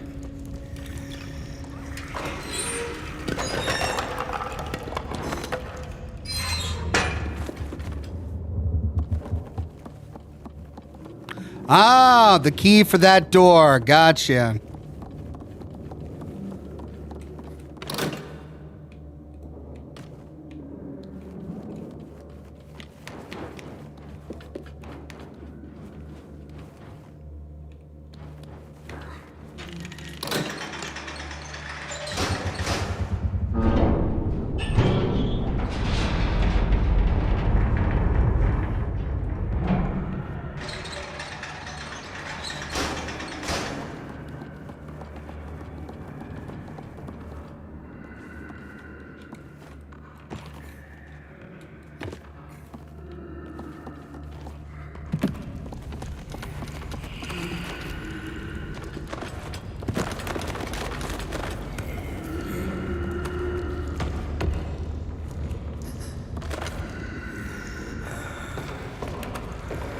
I timed it wrong! No!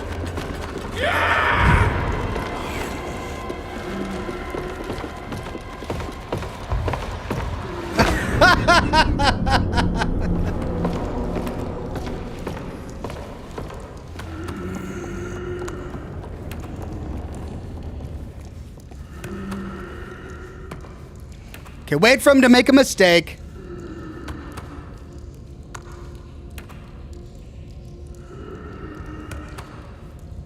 Then he goes for the rings instead.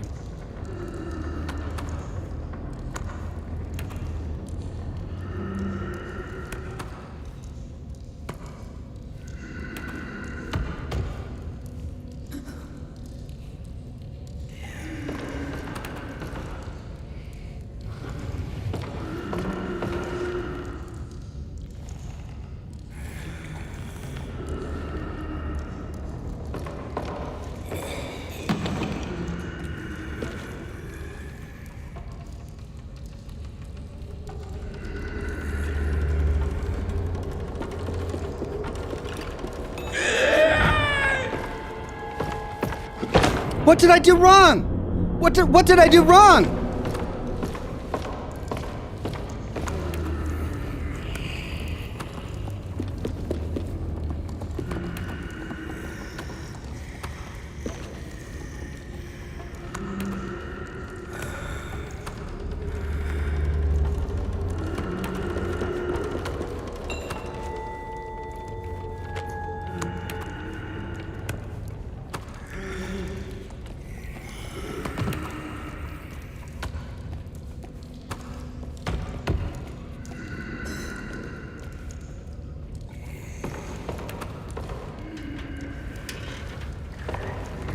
I guess I didn't stealth out. I guess I made too much noise.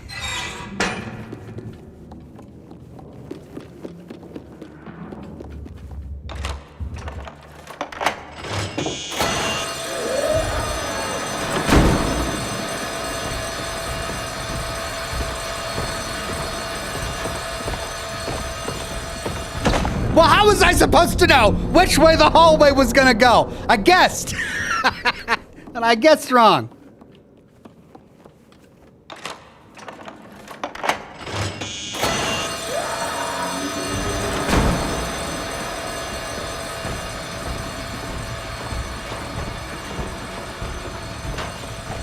No! I got it.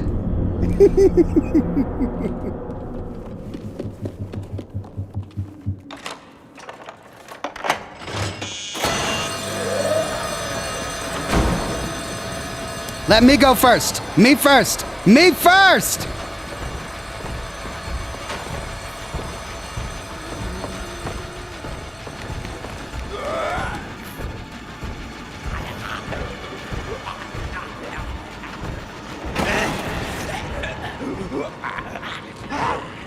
Ha ha ha ha ha.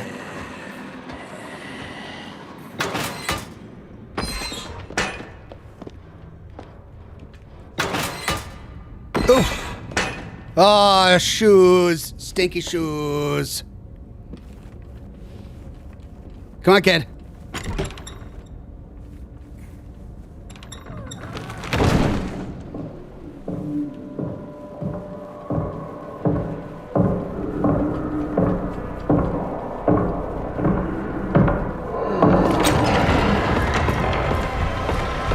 No! Right, loud footsteps means someone's coming. Hide.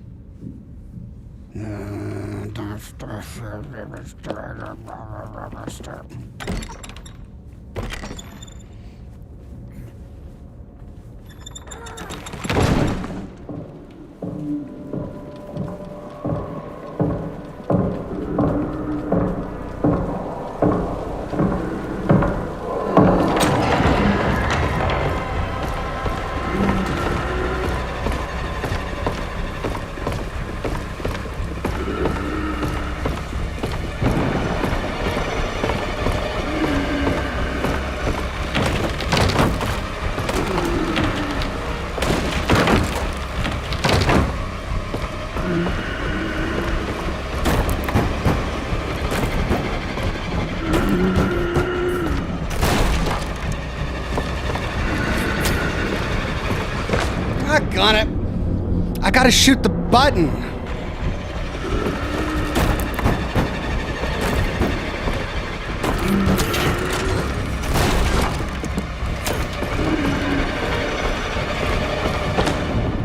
It doesn't let me jump when I have my bow out, so I gotta put the bow away.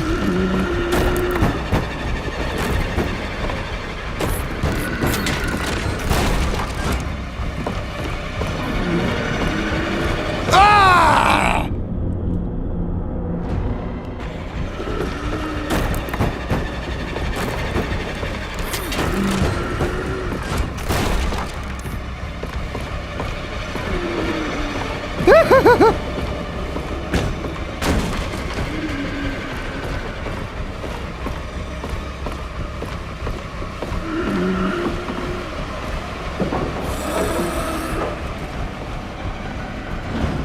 Yay!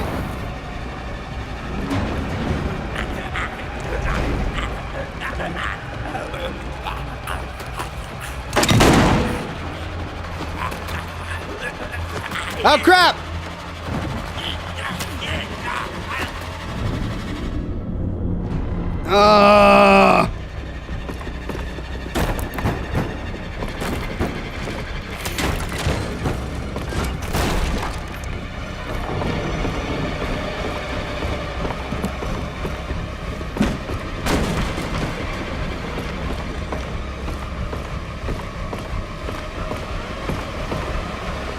What?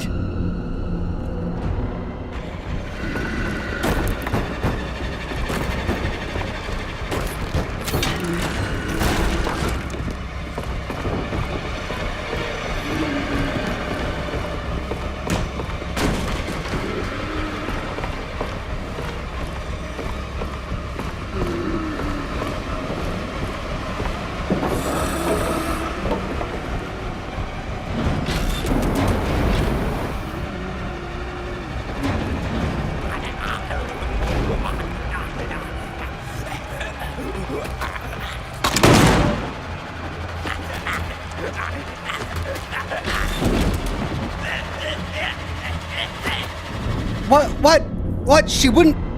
We were supposed to singe him, but she wouldn't jump on it.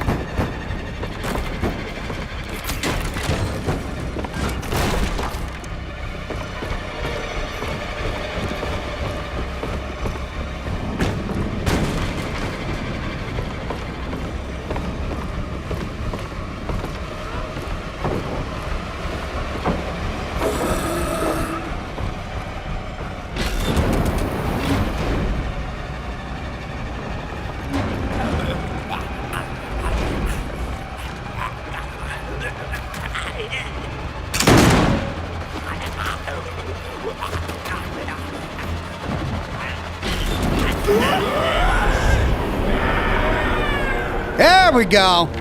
She didn't jump on it last time.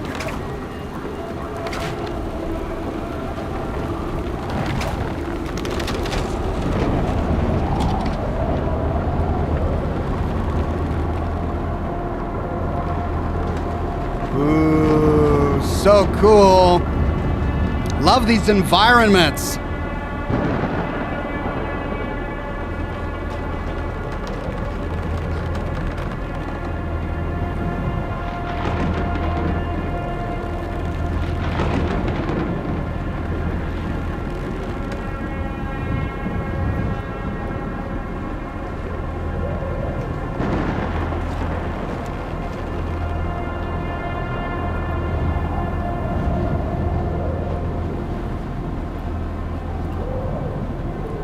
Ooh.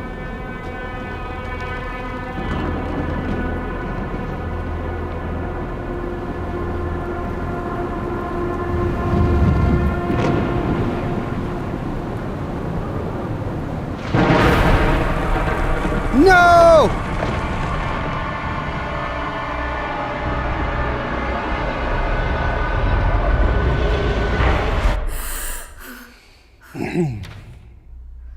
Okay, dream time again.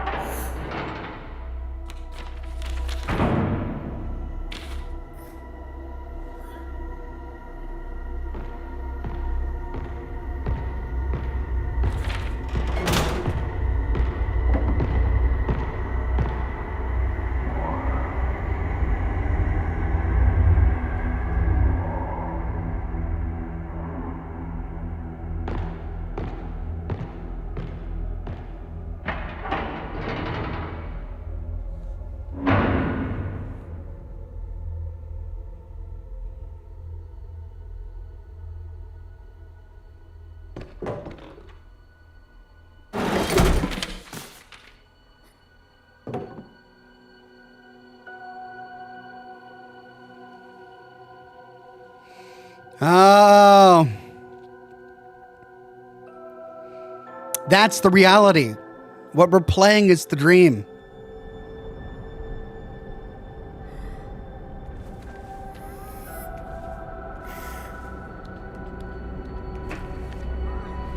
He turned his little stuffed doll into a little friend.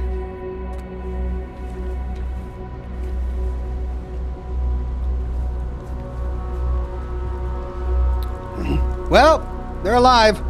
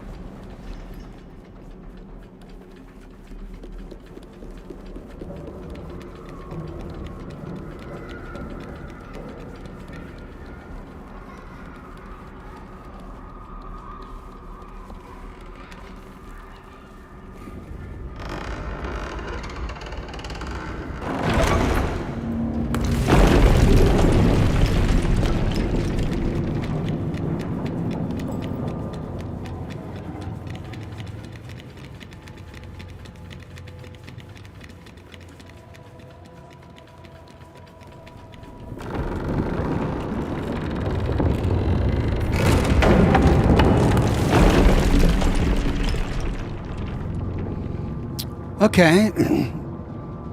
It's overgrown by plants. We heard children's laughter in the ambience. Is this the ruins of an old school or an old insane asylum? Lots of bars and cages for a school. Oh, crap. Oh, crap. What is that?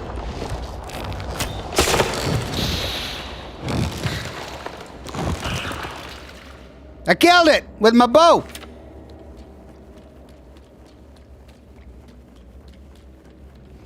All right, friend, knock this wall down.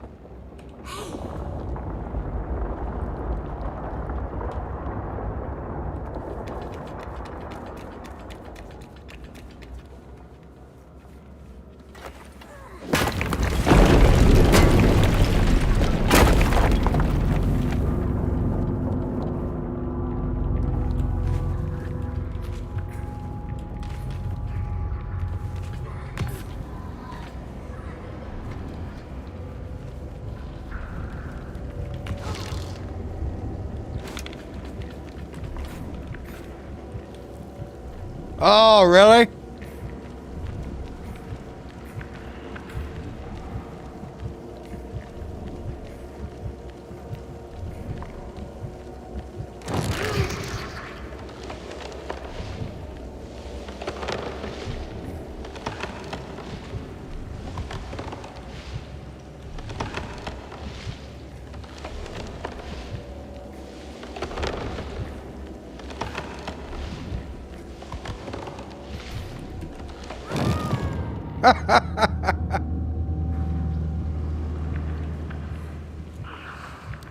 I didn't think he would leap so far away from the door.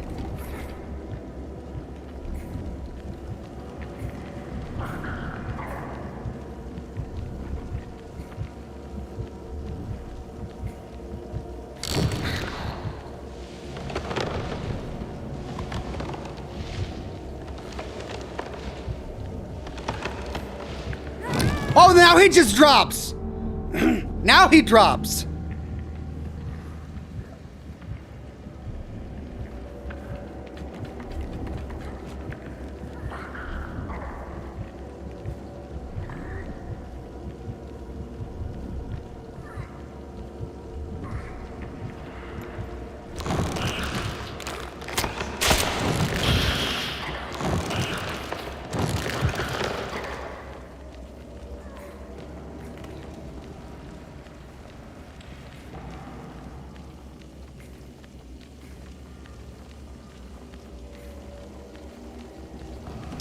If I press up, there you go. Okay. I gotta press up for him to leap up and away from the wall. Ooh, we got a mushroom nurse. Right, so this is a hospital or insane asylum or something. Royce Miller says, Ox, can I get an infamous cigar smoke? In the form of a hot air balloon, please, sir. For my dad's birthday. All right, sounds good. Only one a week, and here we go. So, for those who don't know, if this is your first time, I have the ability to blow art out of smoke. And in today's episode, Royce would like me to create, from nothing but smoke, the visage of a hot air balloon, much like the one we just flew through in Little Nightmares 3. The thing is, it won't last long. So get that screenshot button ready if you want to take a screenshot of this for posterity. Your children will want to see it. Otherwise, they won't believe you. And I know you will be telling tales of this in your old age. So, are you ready? Okay, here we go.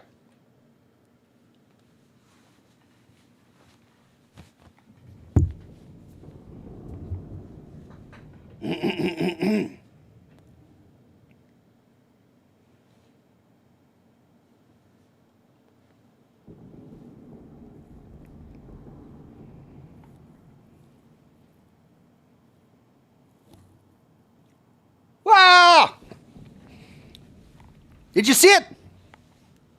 For the briefest of moments before your very eyes was a beautiful hot air balloon soaring through the sky. before disappearing in a wisp of smoke. You're welcome, and happy birthday to Royce's father. Amanda Peterson says, good morning. Hope all is well. My cats are finding the game fun to watch.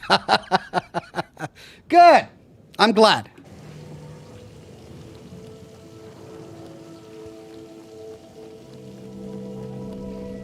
Oh.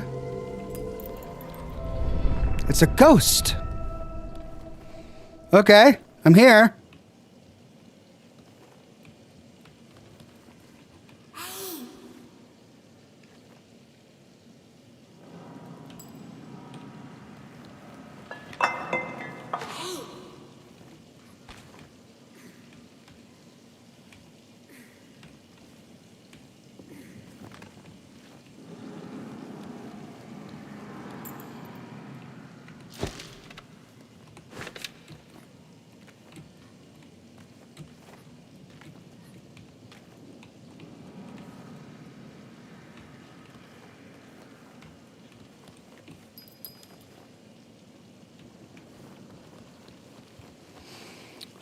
All right, so the ghost appears over there.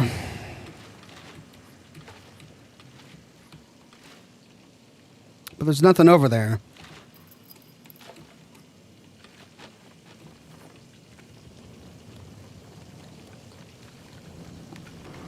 Well, what was that all about?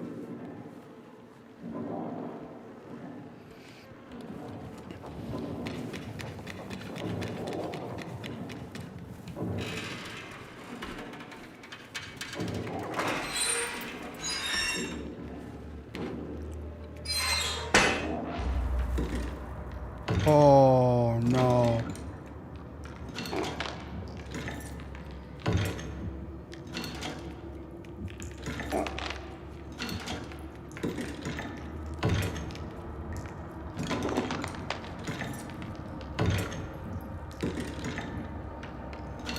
Of course it's a dentist.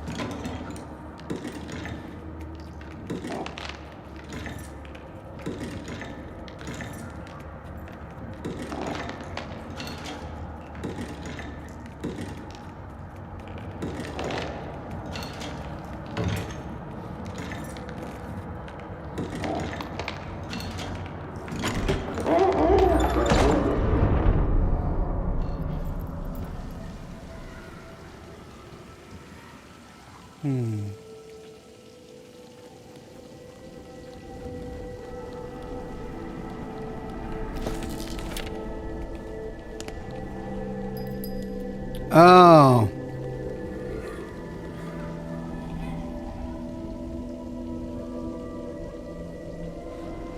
Okay, so there's a chalk drawing of like a whirlpool or something.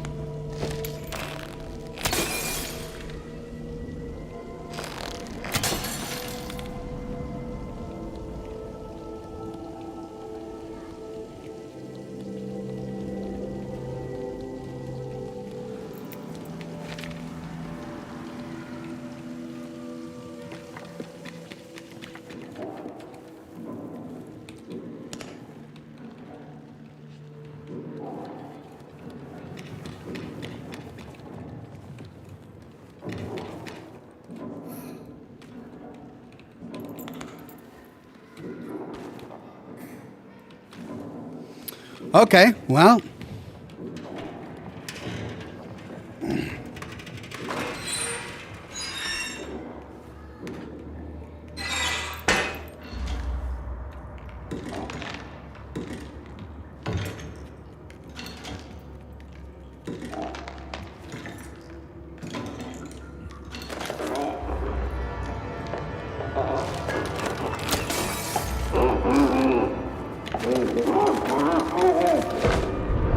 Ah.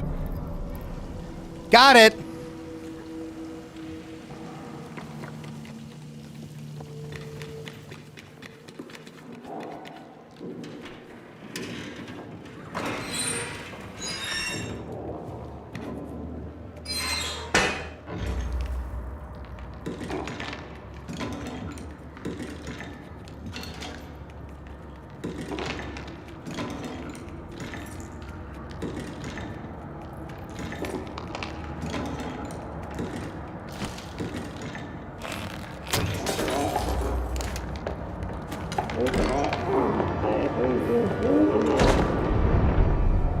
No?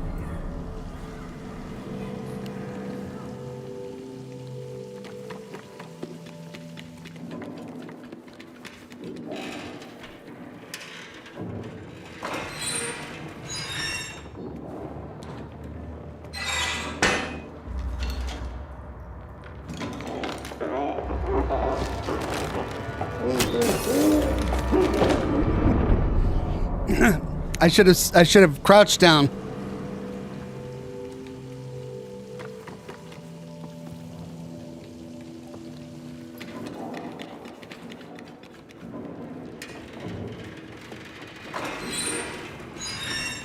The thing is, you have to stand.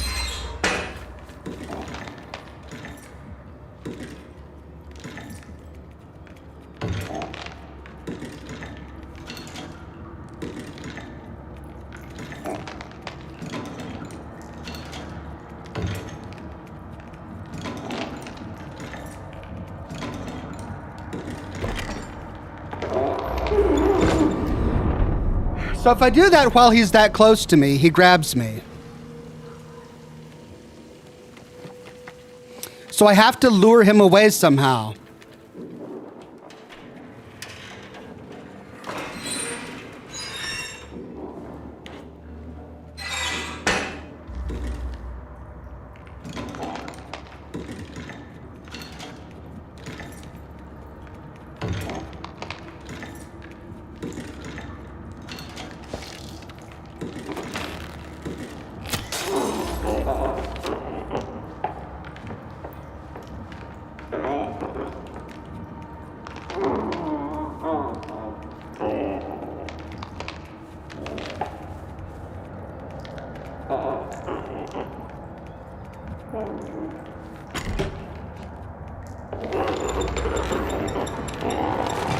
Yeah!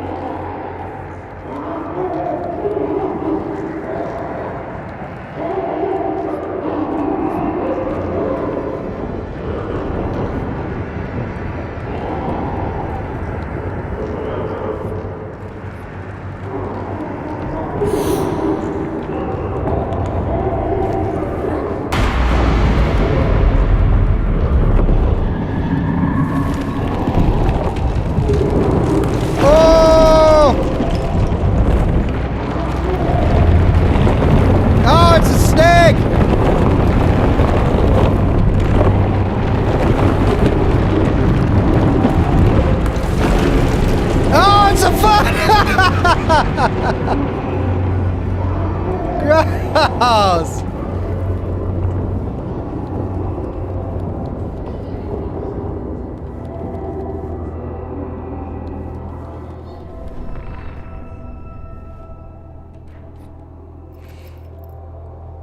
Okay, the ghost had something sitting on the bench.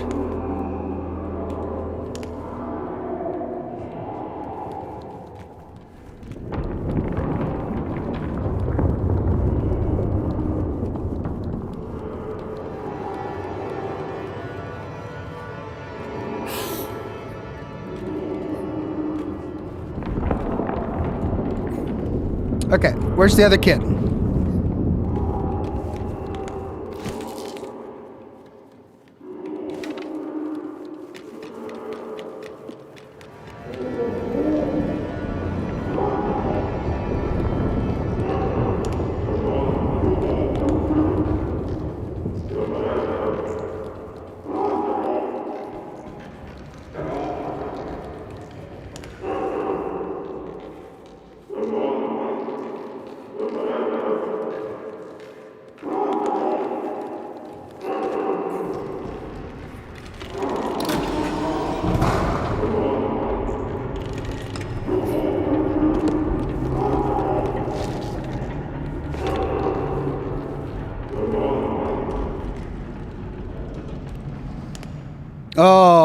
man, a long drop.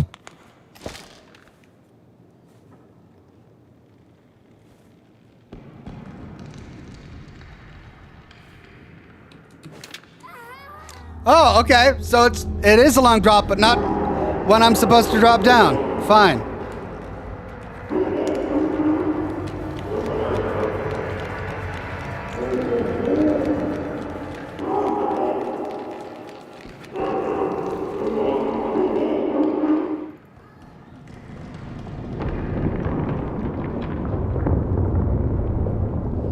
Okay, it's a picture of a ghost on a chair.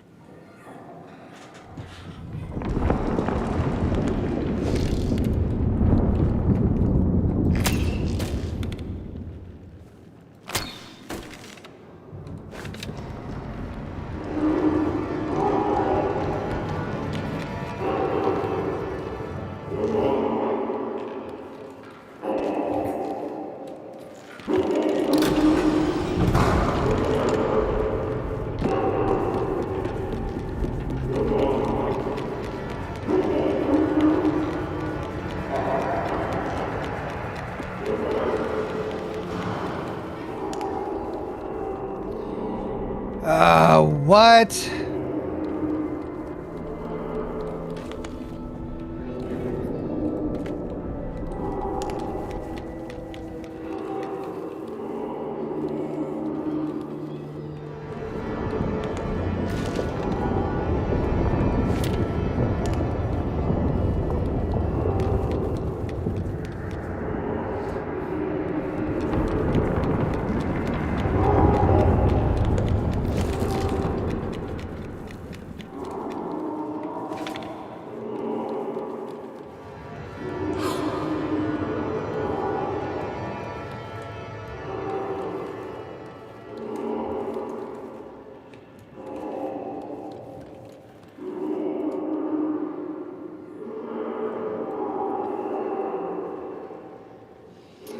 Brad Roach says the room with the ghost that the leg comes out of is completely useless.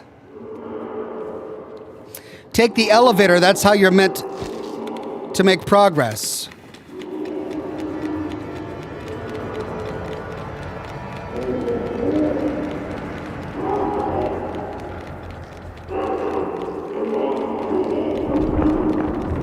Oh, the elevator door's open now. Oh my God. I didn't realize the door was now open.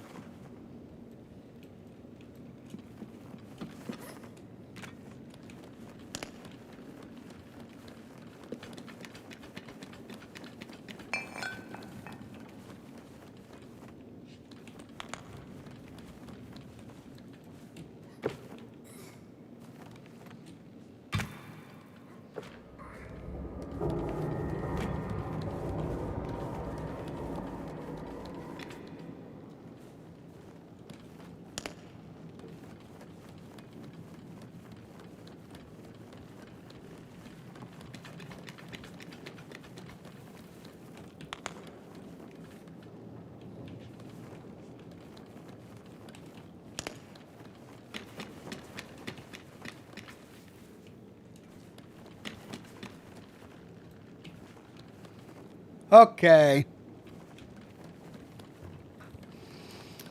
Well, we have a big table and a machine that's plugged into a wall over here.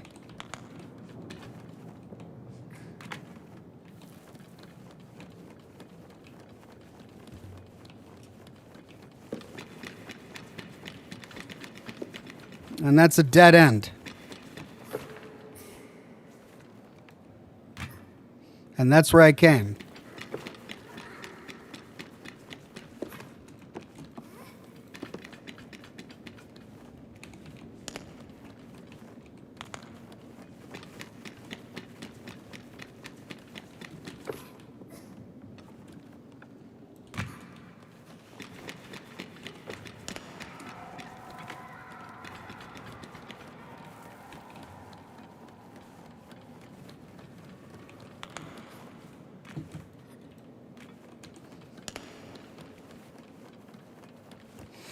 Well, I can't push anything, so can she boost me?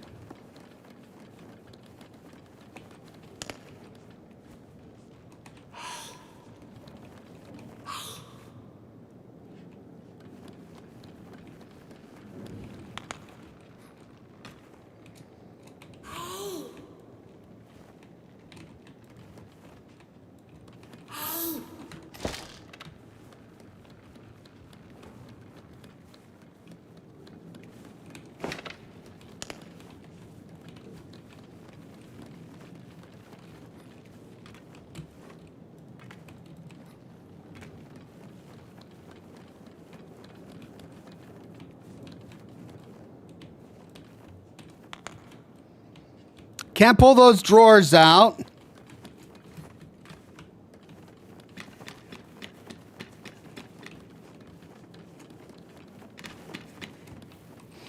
Can't pull those drawers out. Can't unplug that.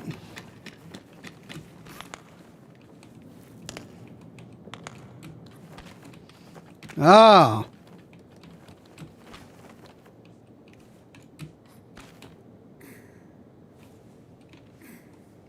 But I can't do anything.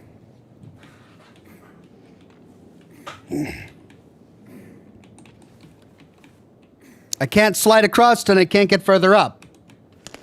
Okay.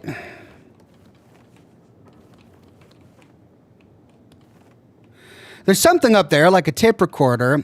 It looked like the little thing the ghost wanted me to get, but I can't get up there.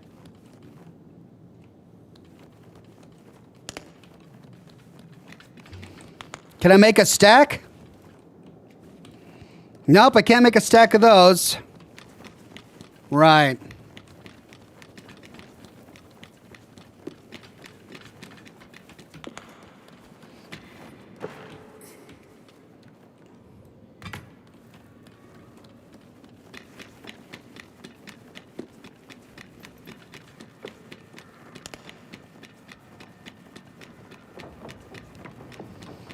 Ah.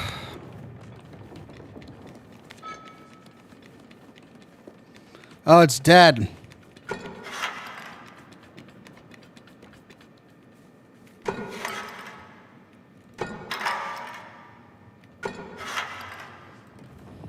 No, I'm trying to drop it.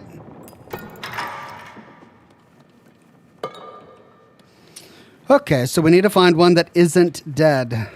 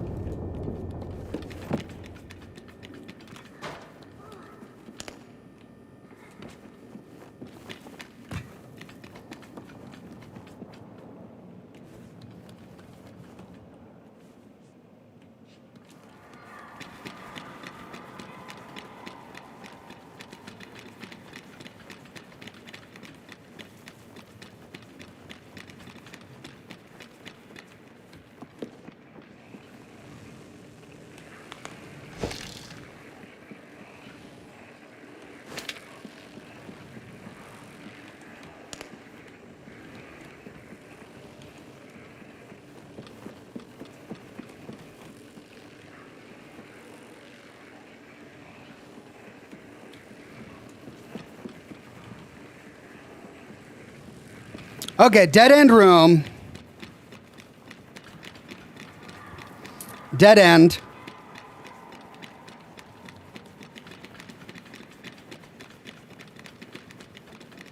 So we could go down or left. Let's go left. Right.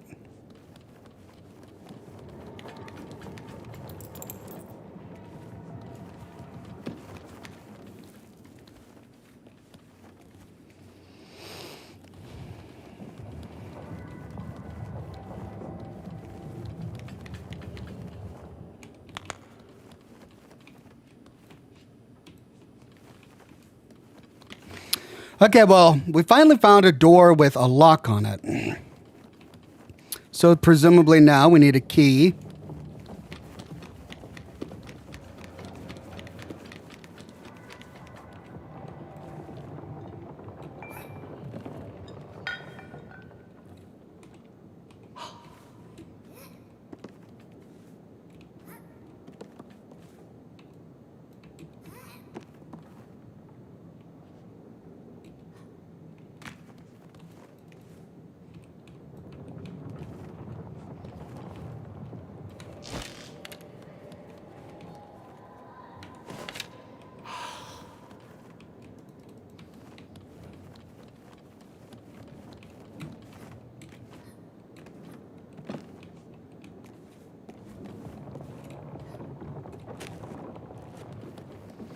All right, so this end is held up by blocks, but I can't press the blocks. I can't pull the blocks away.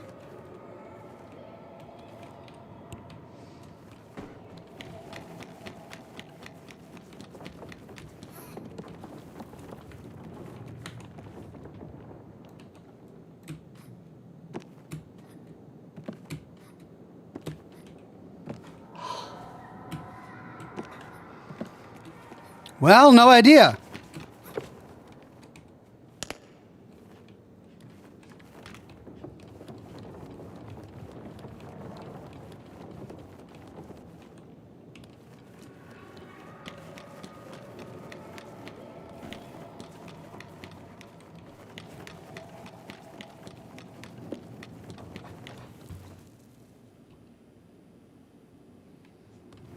Oh, Pete's sake.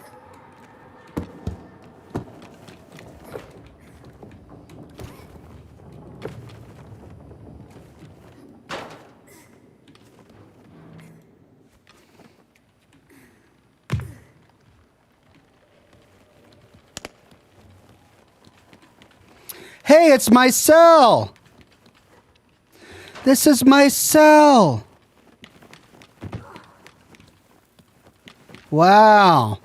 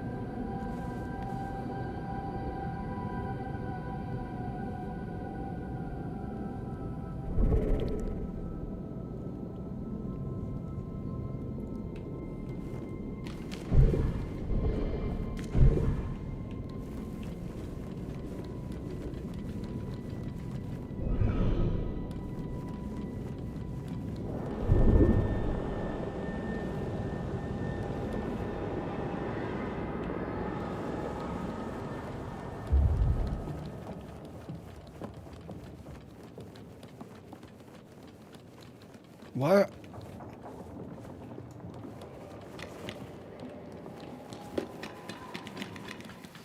Did I just walk through the door? What was that?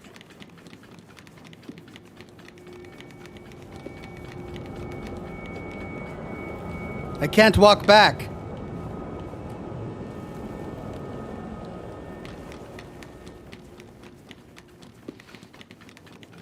Okay, well, that leaves only one hallway we didn't explore. I guess I shouldn't be putting too much... Oh, wait, it's a big pit.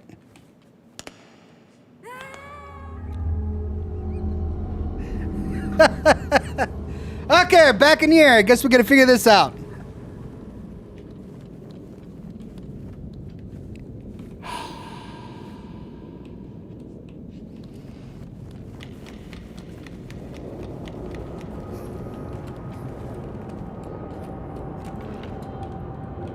Really? I can't jump on this box. This really short box. I can't jump on this box.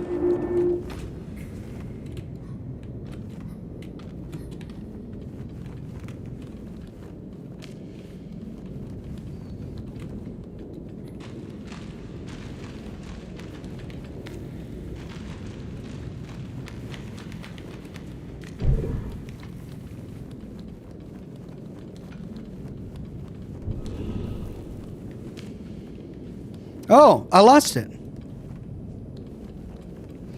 As soon as I walked through here, I lost it. Okay, can I get back in there?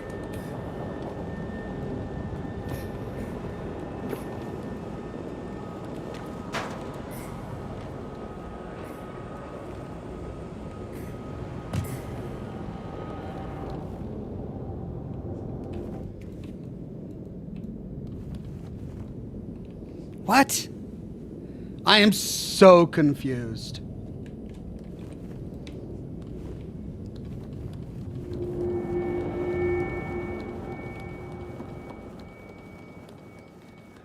Okay.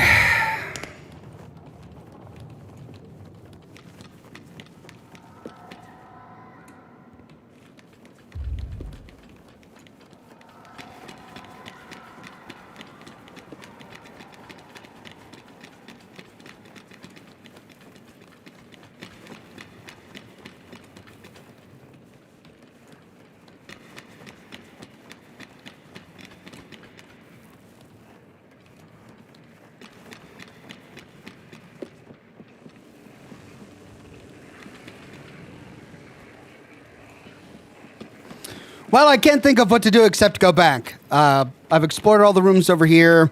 We've gone down every hallway. I got the doll.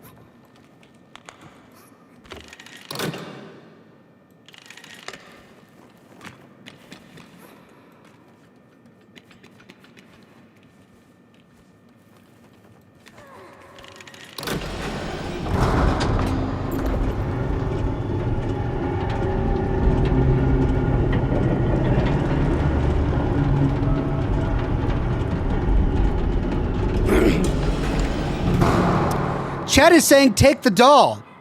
I had the doll in my hands when I walked out of the room and it disappeared.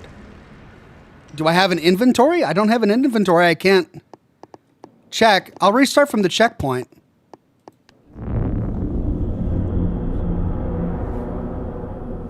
Okay, we'll do exactly what I did last time. Pick up the doll. And walk out. Okay, last time it disappeared. Last time it disappeared. I'm not making things up. It disappeared. And remember, I went back into that room to fetch it again and it wasn't there.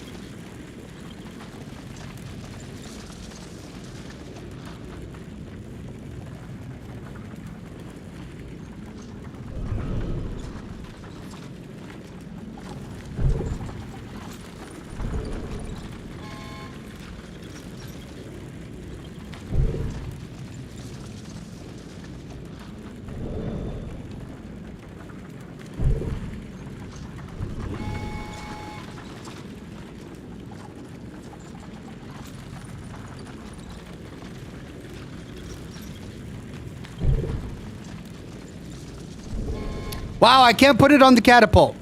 The problem is that I can only see the open door when I don't have the doll with me. Right? Now I can pass through the door. But when I have the doll with me,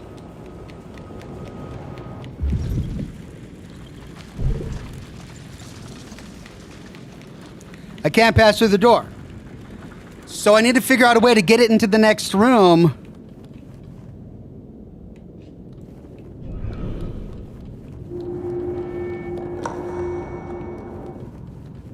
And I figured it was the catapult.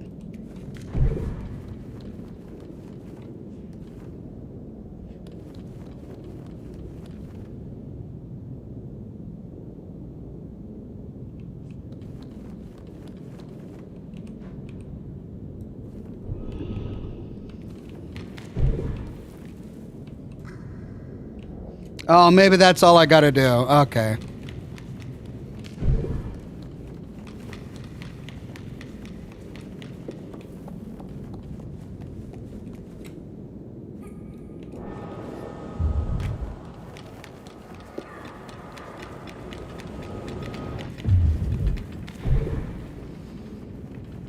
All right.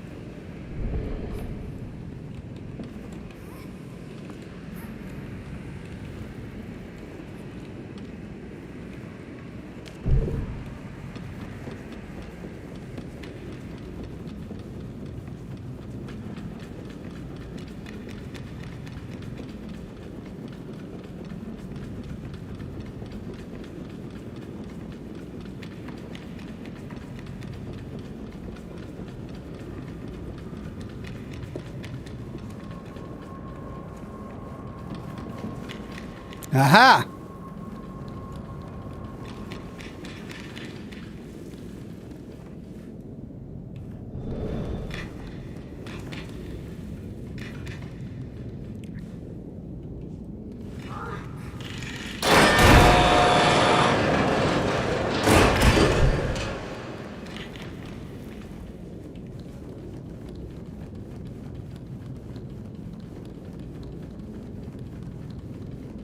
Oh, that's so cool.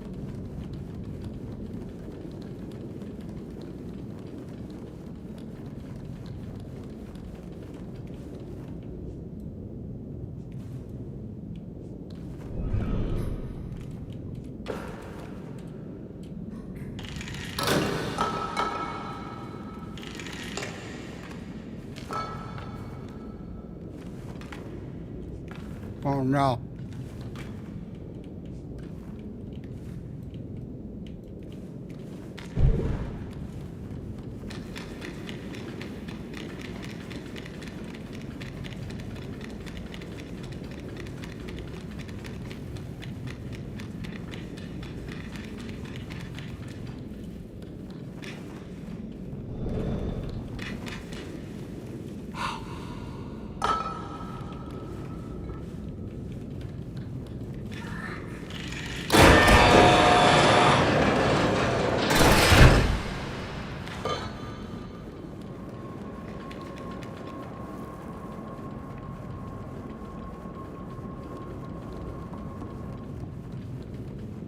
Okay.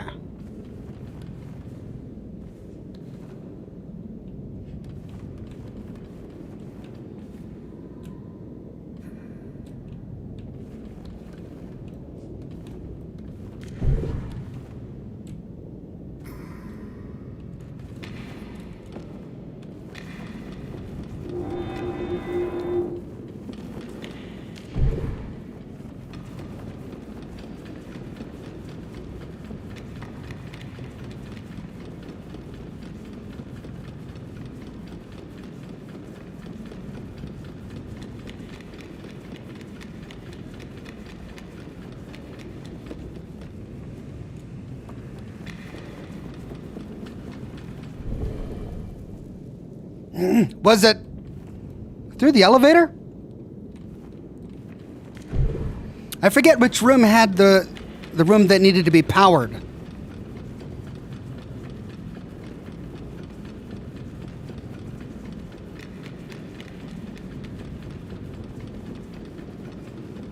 Well, I can't get through there.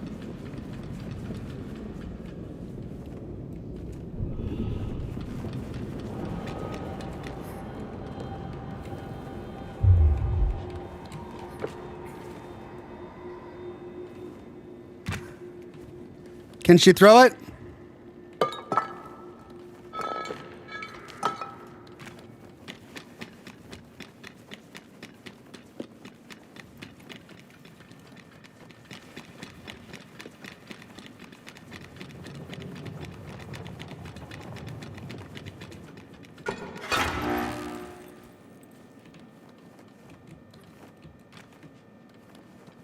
Okay, now how do I get up there?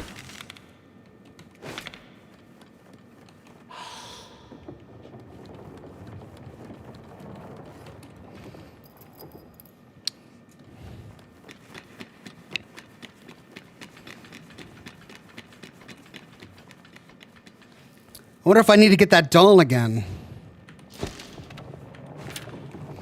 But I can't bring it in here.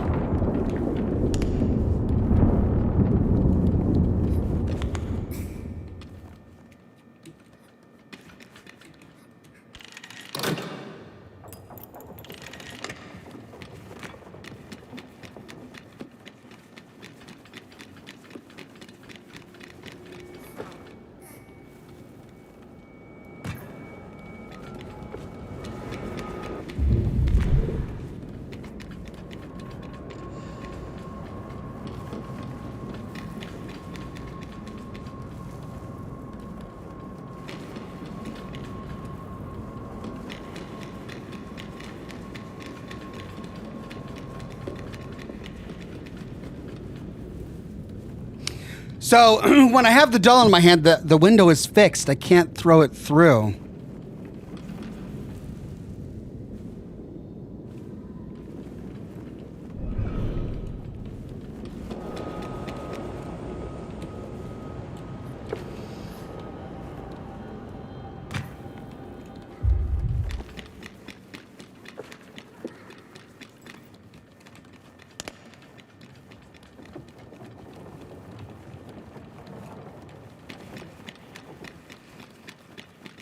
Okay, well, I gotta pull that lever. Oh, right.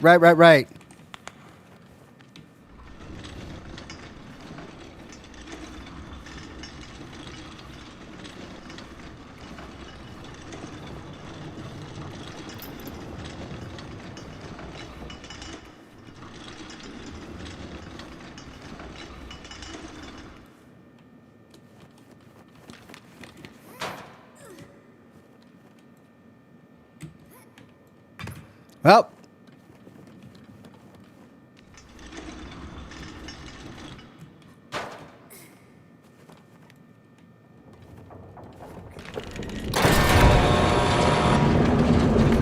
Yay! God, that was brutal.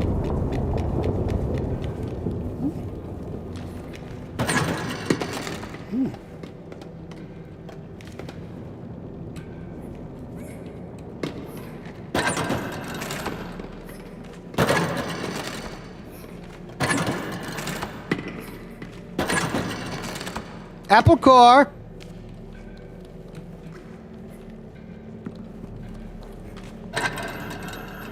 Ah.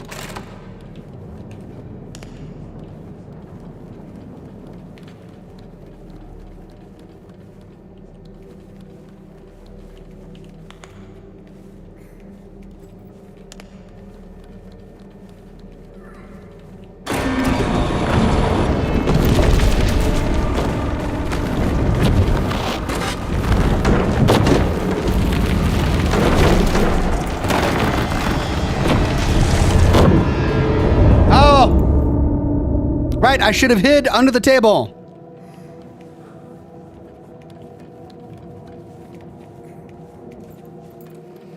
Come on, friend.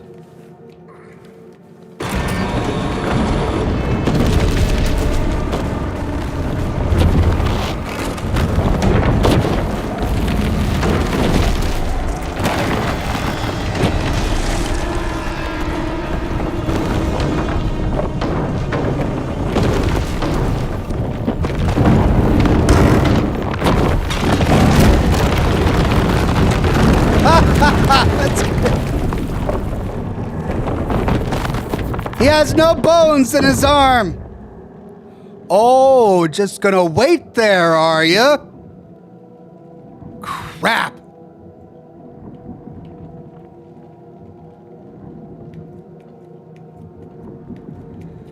She's not coming. Does that mean I'm not supposed to be doing this? There we go.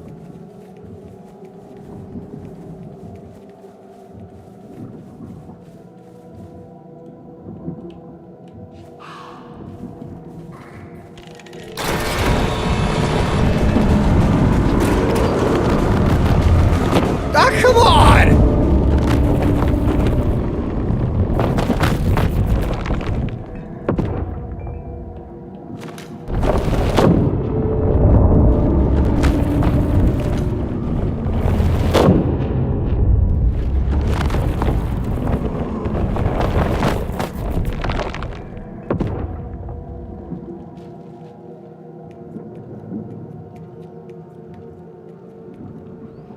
Come on, friend.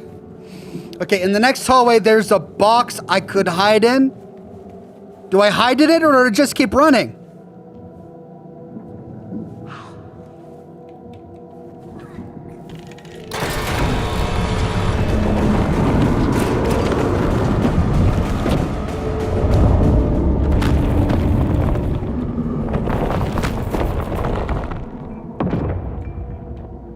I got stuck. I got stuck on the terrain. That's okay.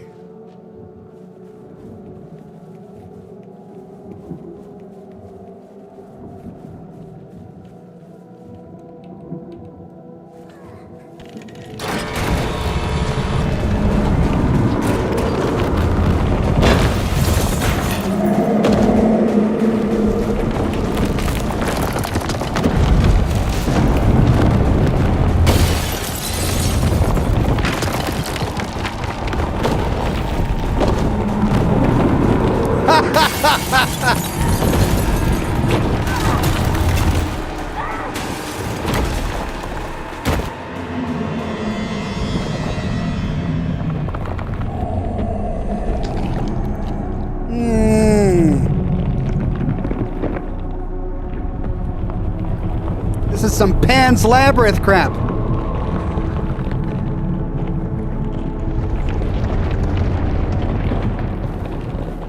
Well, that explains how we could see where I was.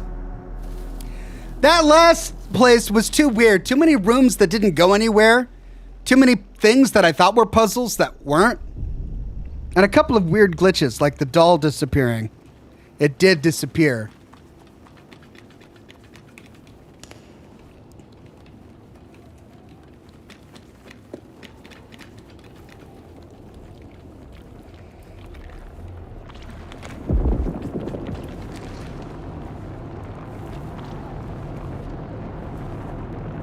Hopefully I don't have to worry about inhaling the spores.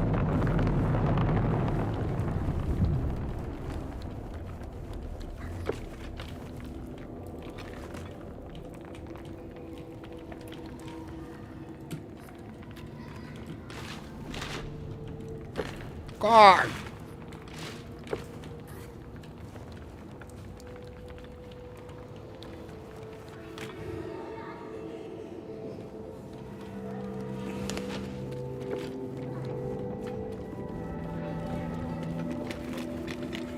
We go up.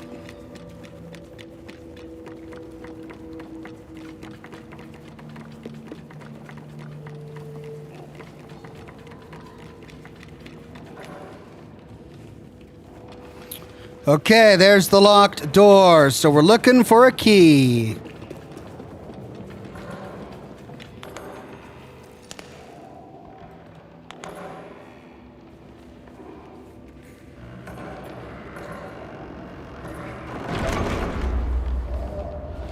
Yay, another vending machine. All right.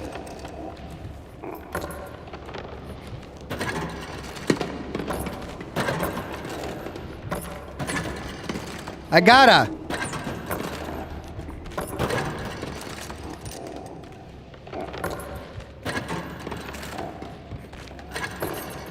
Aww. No apple core this time?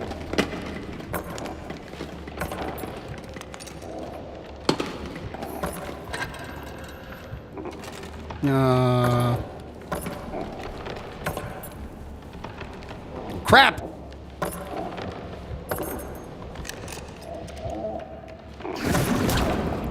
Ooh! I didn't even see that! It was a plant on the wall. Oh, no!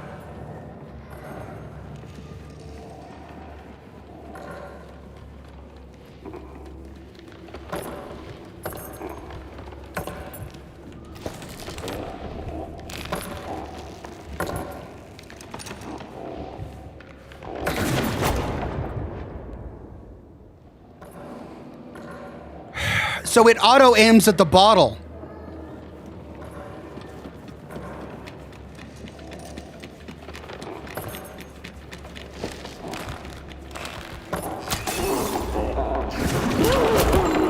Ah.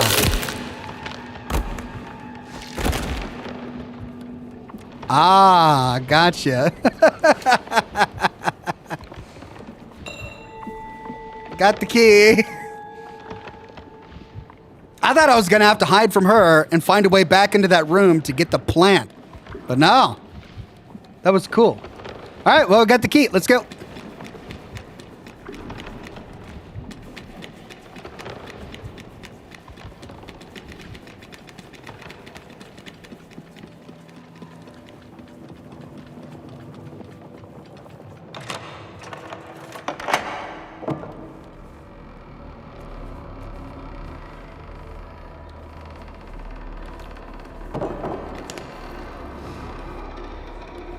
Right.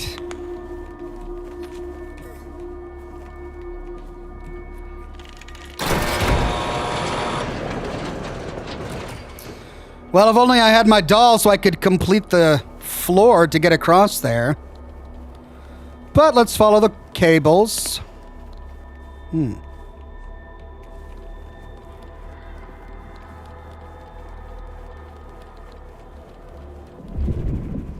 Oh! Oh, yay! What are you doing here, little buddy?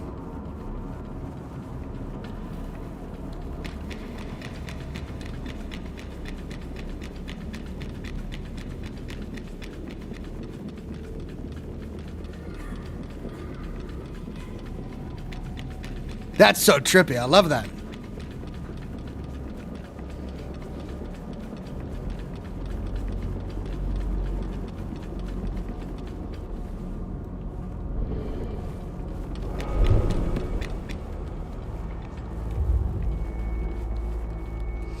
What about the other rooms? Are those doors all closed too?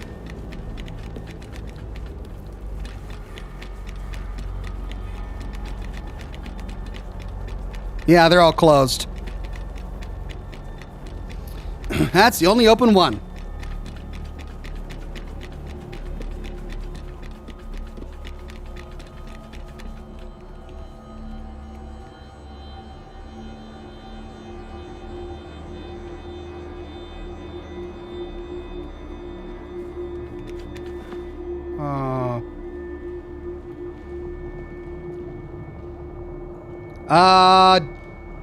Yeah.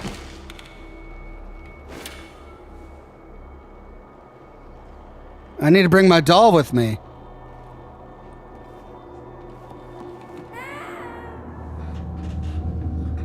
But how? I can't bring my doll.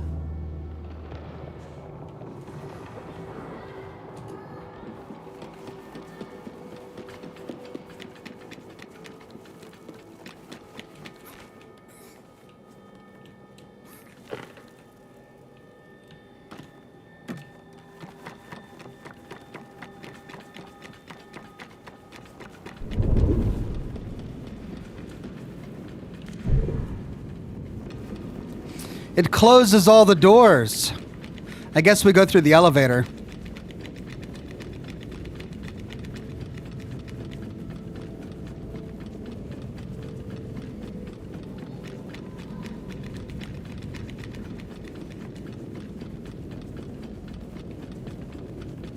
Oh, we can't. There's no elevator.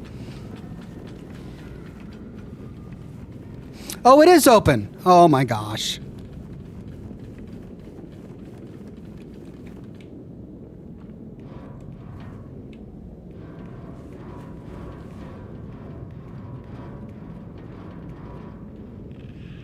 Ah. Don't drop the doll.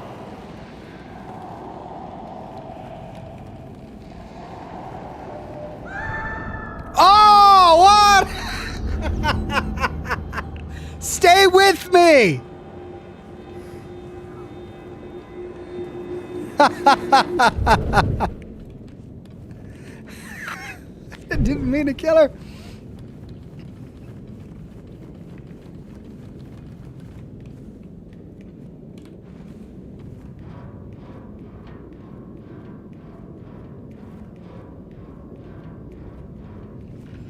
Okay, the door is open until I get too close.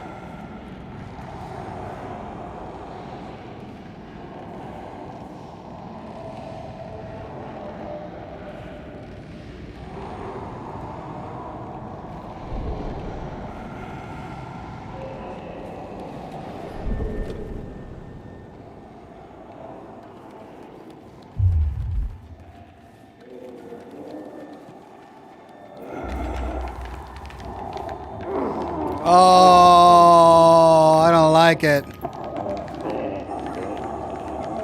Oh, I don't like it.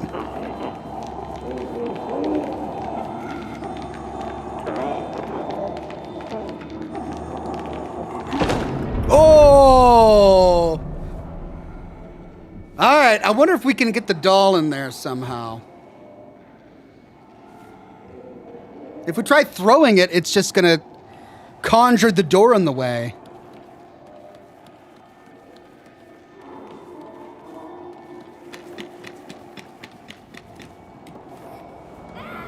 Oh! Bull crap. So there's no going back. I can't go back and get it.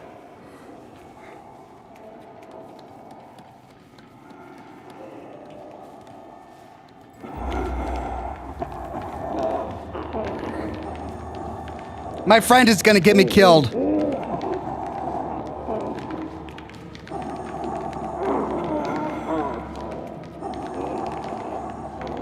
Over and over and over again.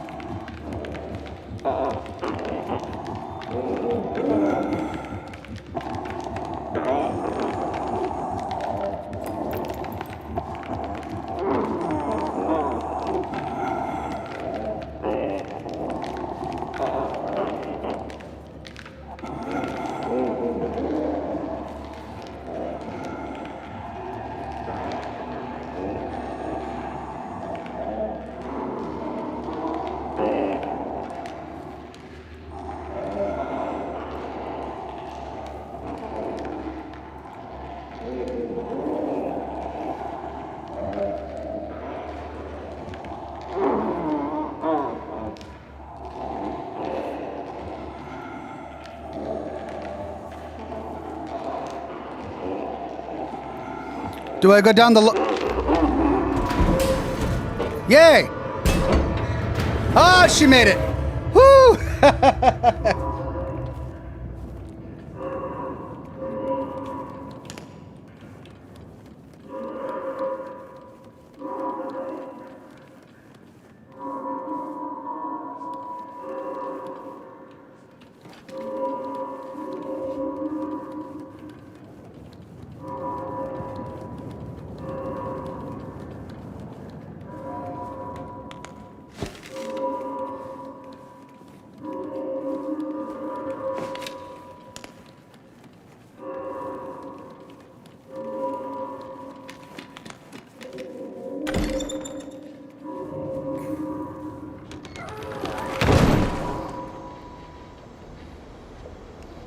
Well, we're outside finally.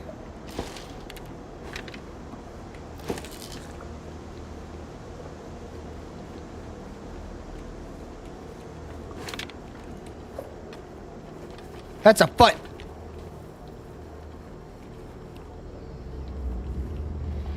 Okay. Do I blindly trust the arrow? Okay.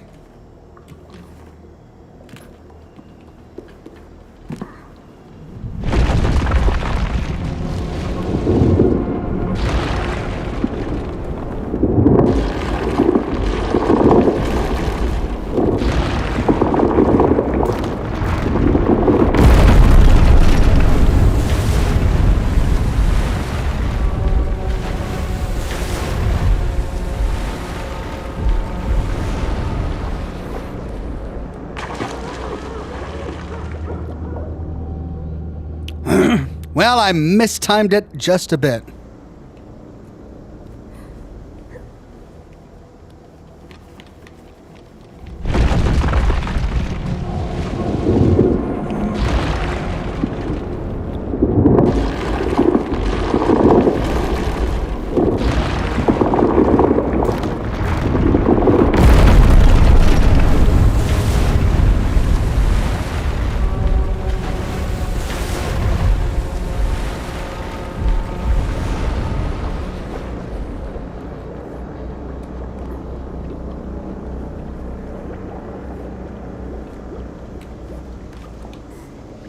Okay, hopefully you can do it, friend. Bye.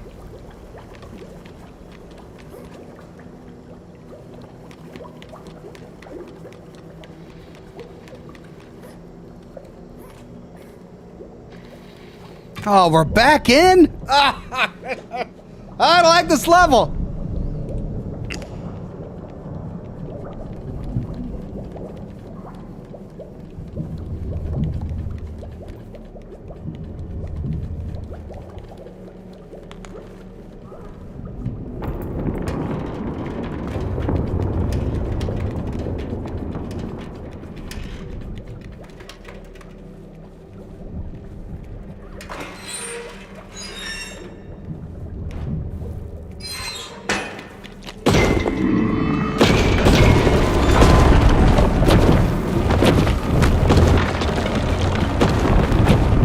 Come on! Got in on the wrong side of the frickin' piece of plywood. Ugh. Friend, hey, friend.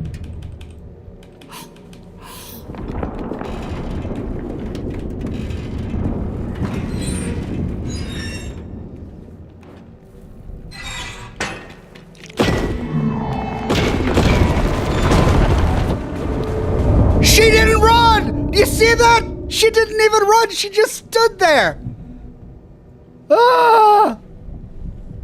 I told you she's gonna get me killed over and over again.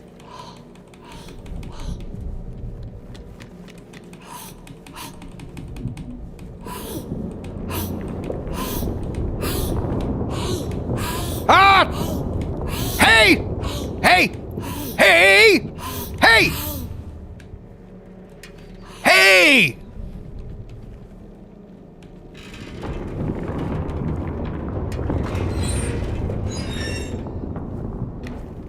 Run, kid! Run! Run! Run!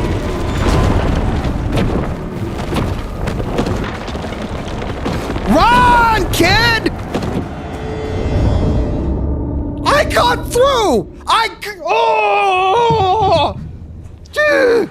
Can I just disable the multiplayer aspect of this game? Hey! Hey! Hey! Hey, come on! Hey!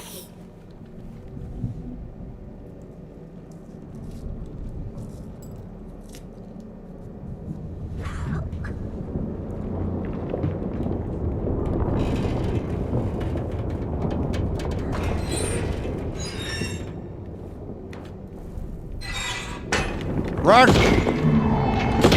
Run!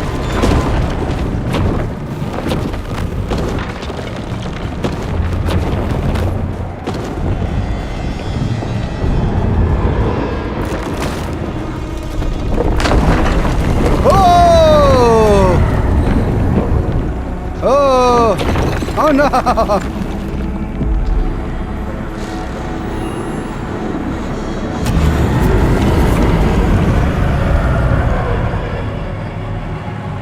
Yeah, I shot your eye out.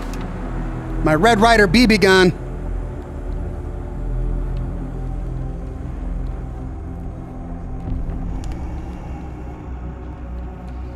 What is going on here? Everything is so creepy.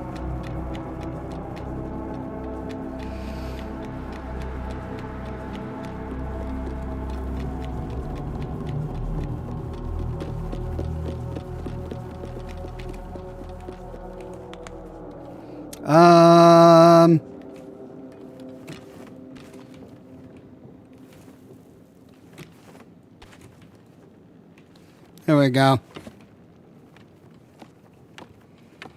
Oh, we're gonna have to jump.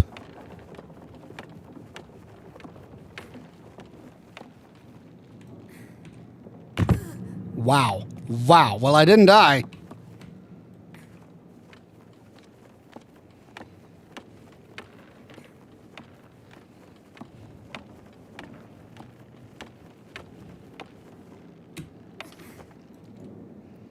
Well, I died. What do you mean I didn't make that? I got to the very top. I leapt in the opposite direction.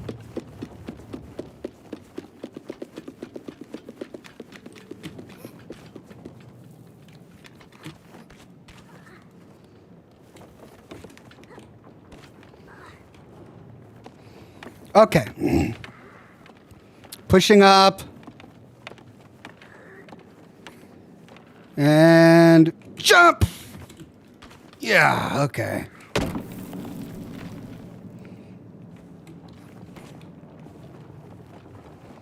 Oh, great. More, lovely.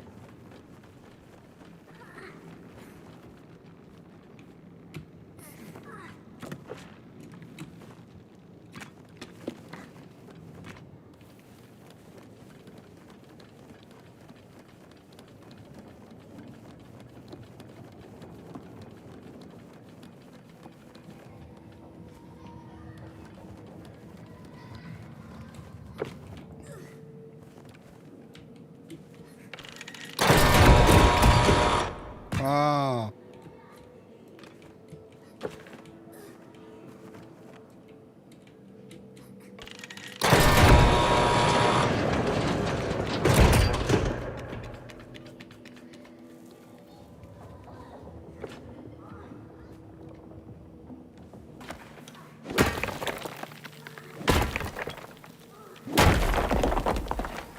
I'll just imagine what she's doing.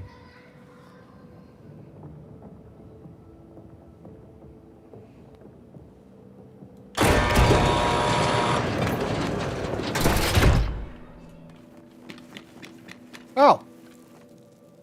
Thanks, kid.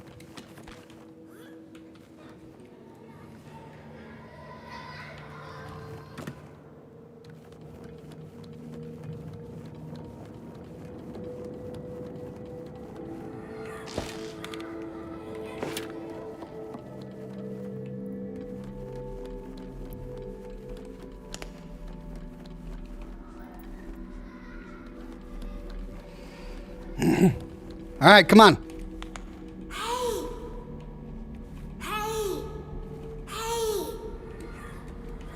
Oh, for Pete's sake.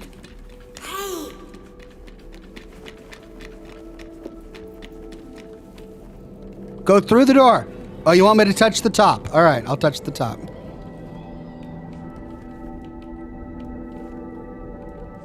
I can't touch the top. Can't shoot the top. Come on.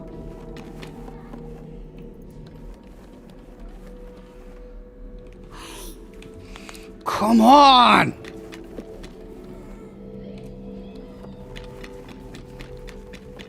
There we go.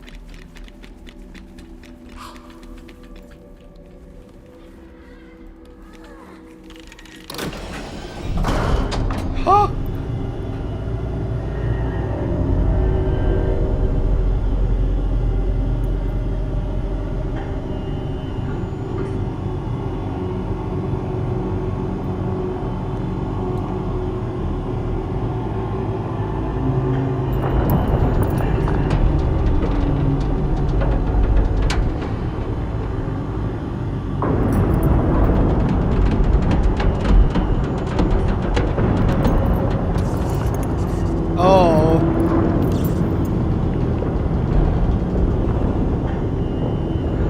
a long elevator ride.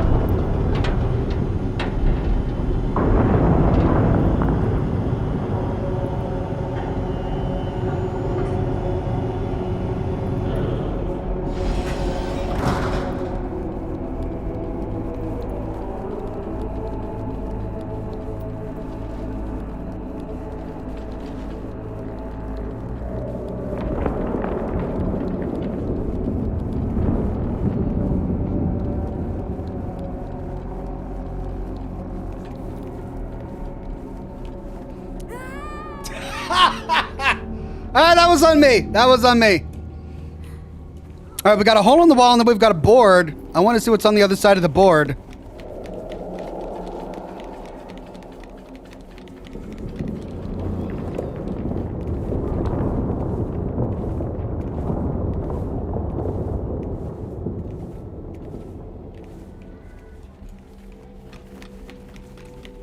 Key.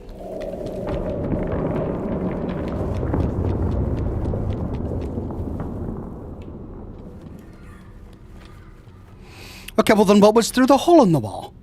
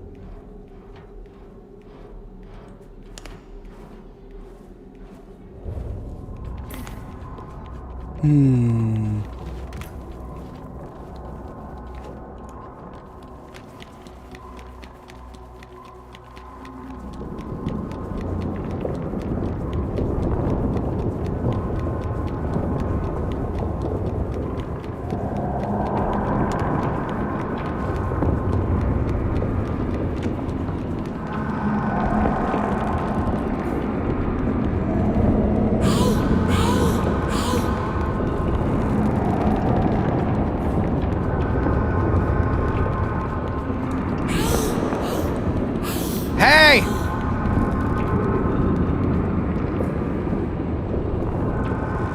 Push!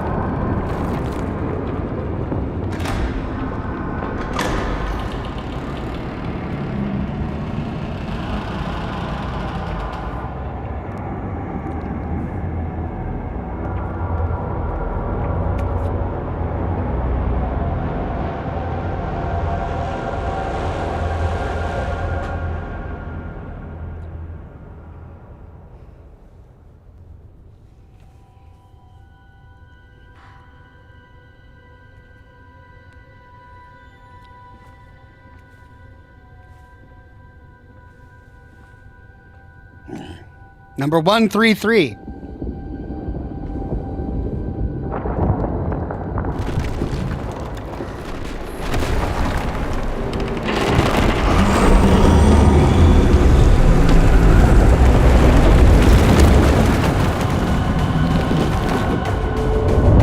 Of course, she just stood there.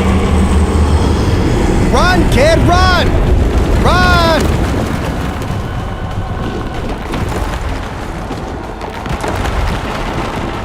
That was me. That was me. That was my fault.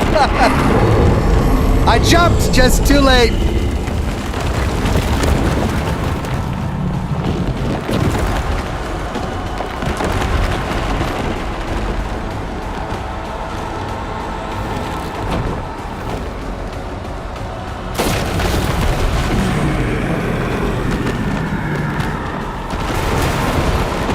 Oh, come on.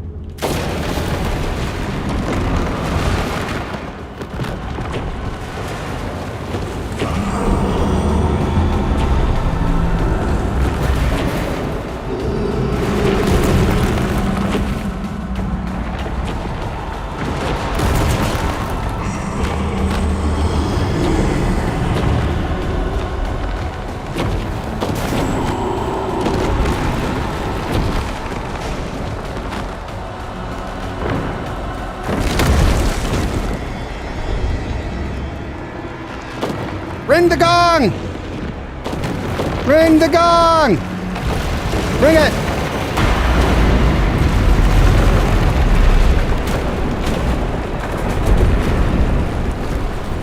What? got hit by rubble. I got hit by freaking rubble.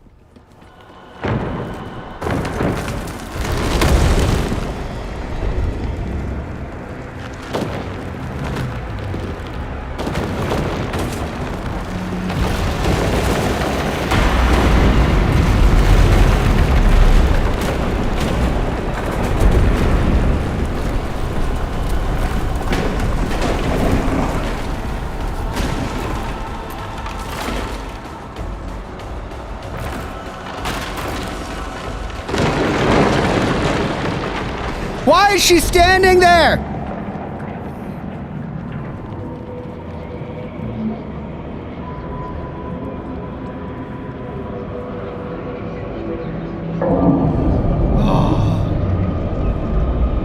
No, come on, kid.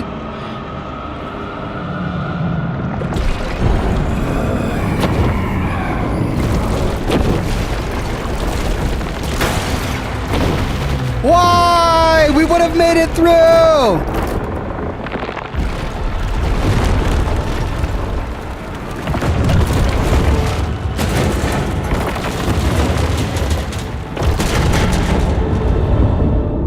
Okay, so I gotta fight.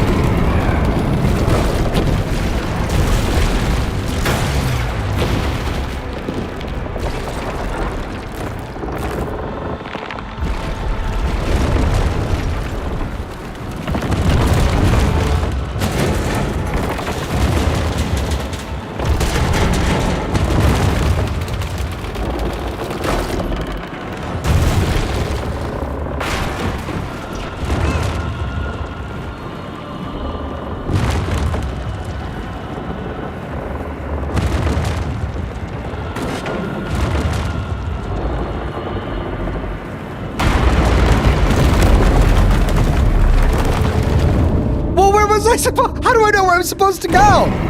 Ah!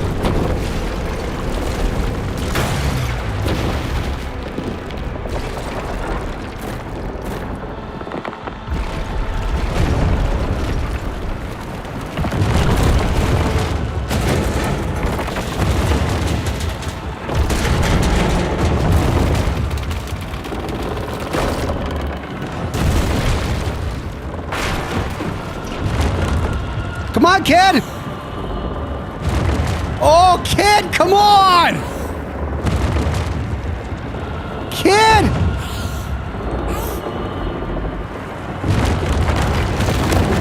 Come on! Oh!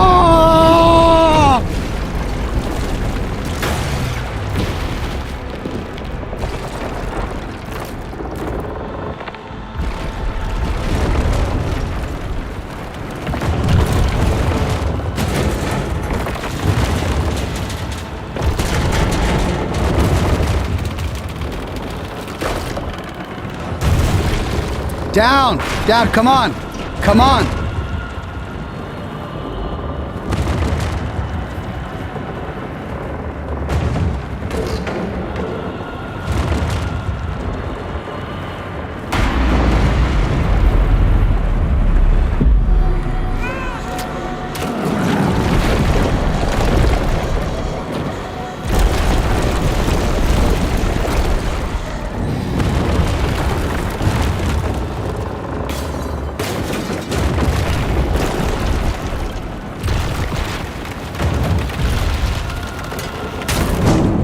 She got hit. She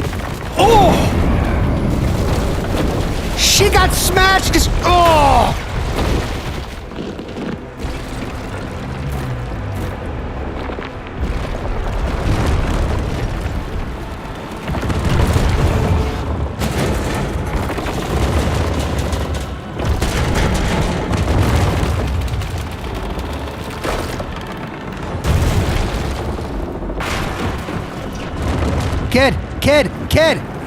Kid, come on, kid! Oh my God!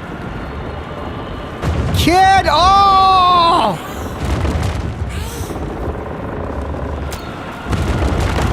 Freaking kid!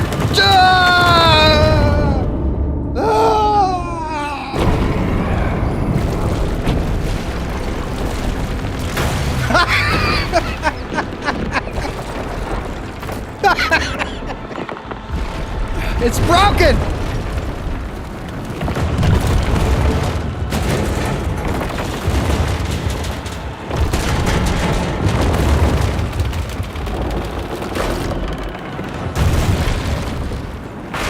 Come on! Come on! Oh!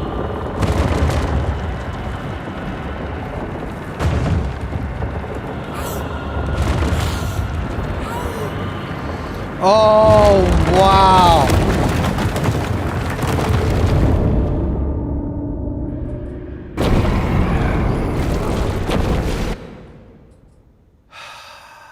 I can't restart from the checkpoint. It's locked. Look at that. It's locked.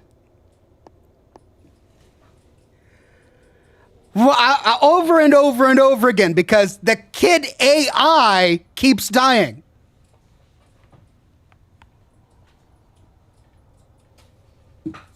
New cigar. I think it has something to do with where the kid is standing when each piece of the rubble falls. If I can get her onto the flat platform near to where the gong lands, before it lands,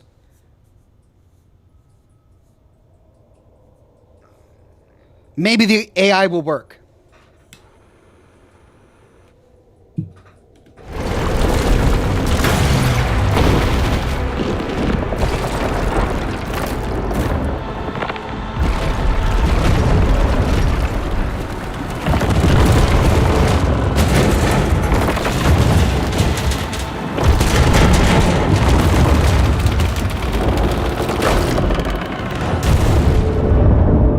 Nope, if I'm down there, I get hit. And she jumps up anyway.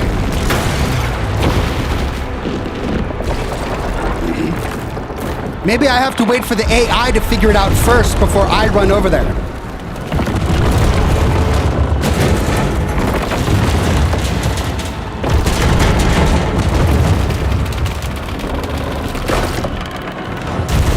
Okay, figure it out. Figure it out. Figure it out. Go.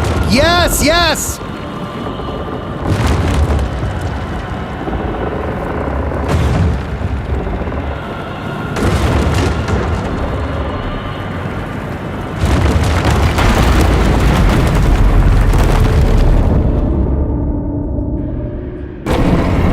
I got it.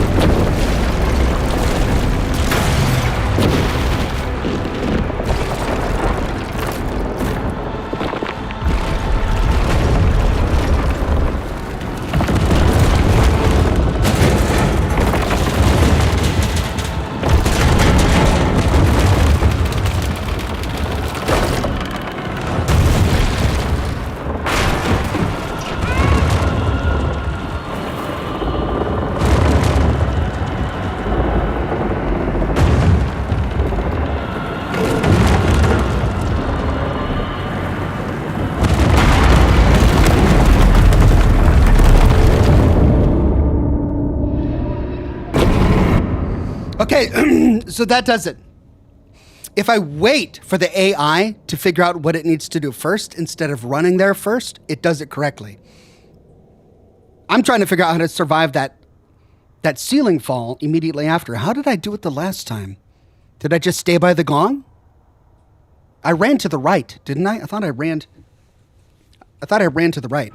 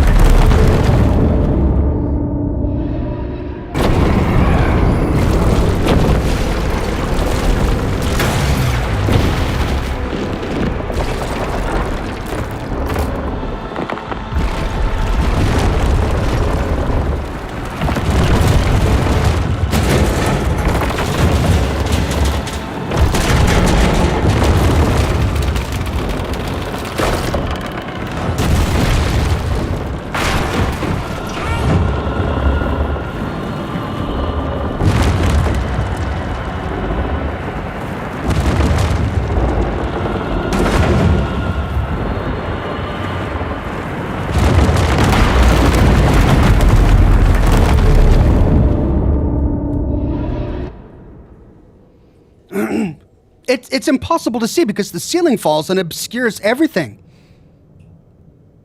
I ran to the right. I stayed by the gong. I ran forward towards the camera.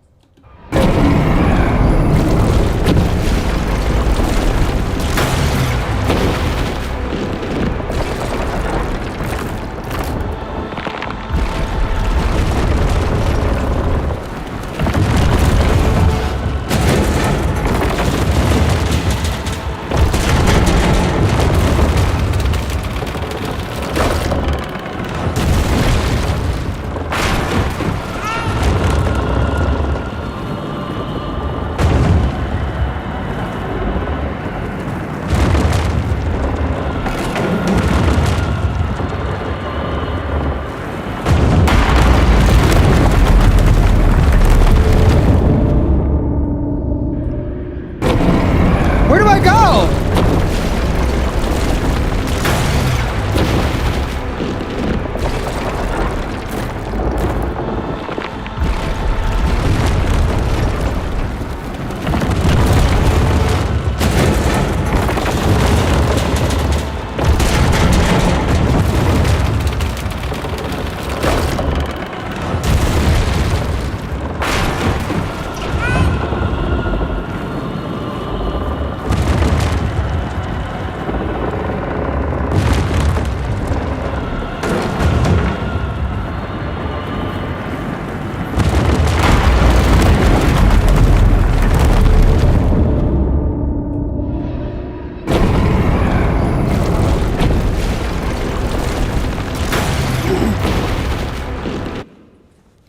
I feel like I've tried everything. I ran far to the right. I ran towards the camera.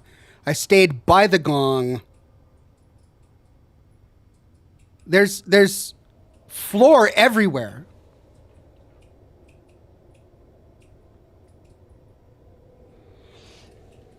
Officer Huggles says if the ceiling falls, you're too late on hitting the gong. But if I go straight for the gong, her AI doesn't kick in. I have to wait for her to figure it out. Oh, God.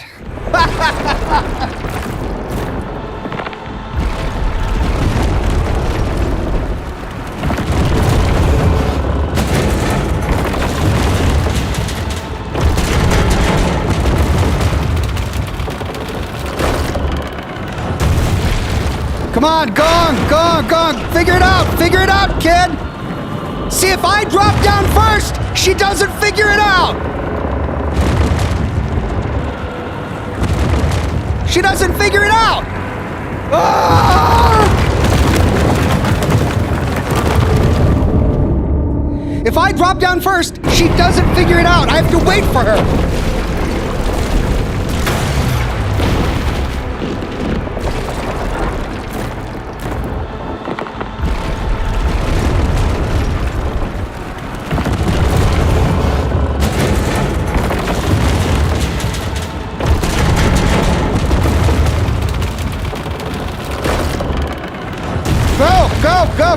Go!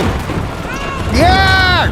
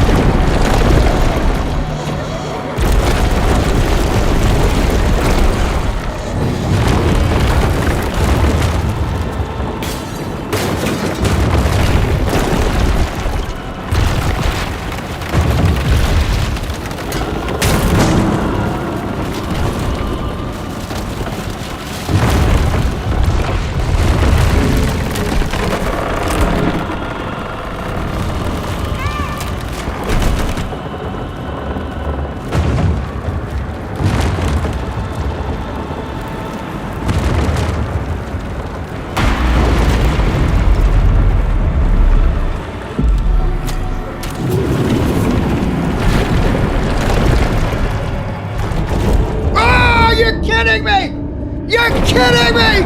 Ah! Ah! You're kidding me! No!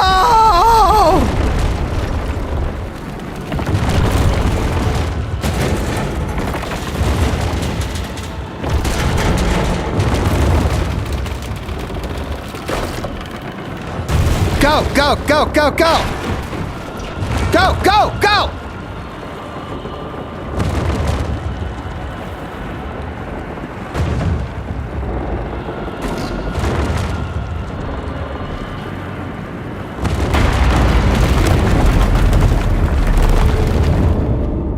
We were too late.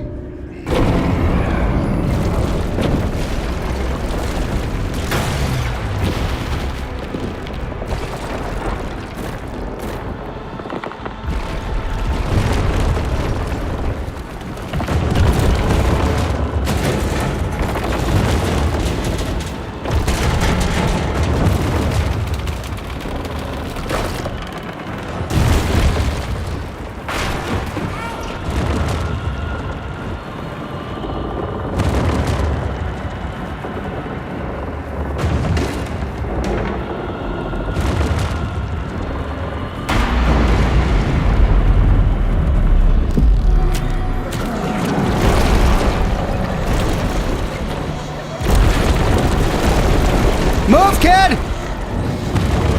Move, kid!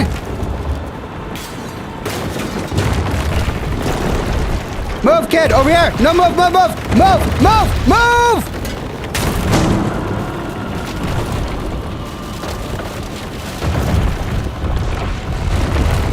That was me! Ah!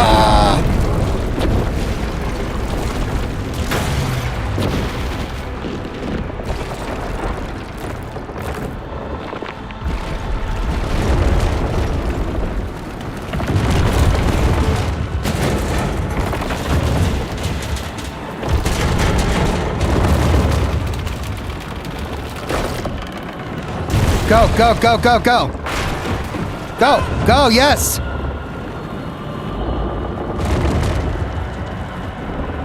No, quick, quick, quick. Bang it, bang it, bang it.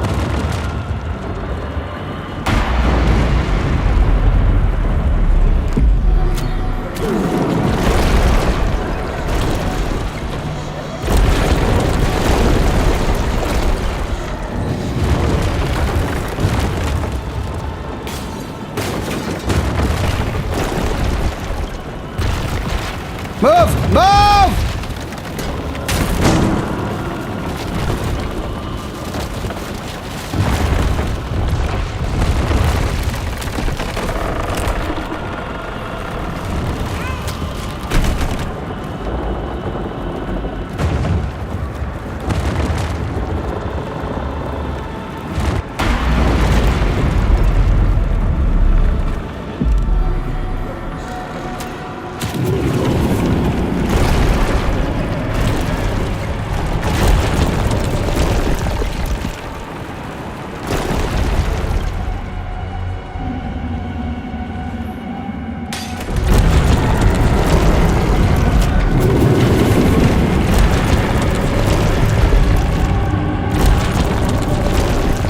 Yes! Finally! God!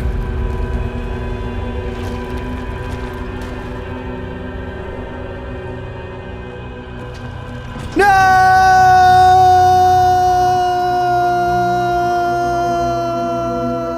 Oh! Oh, that's so sad.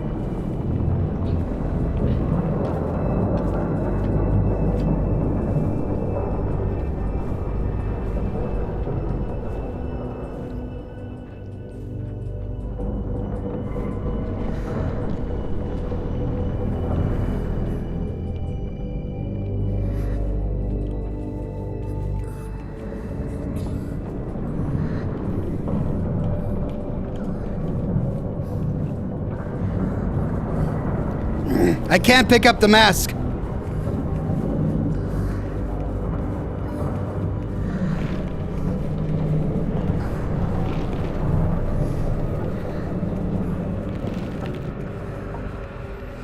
Why did the green kid hesitate going into the mirror to begin with?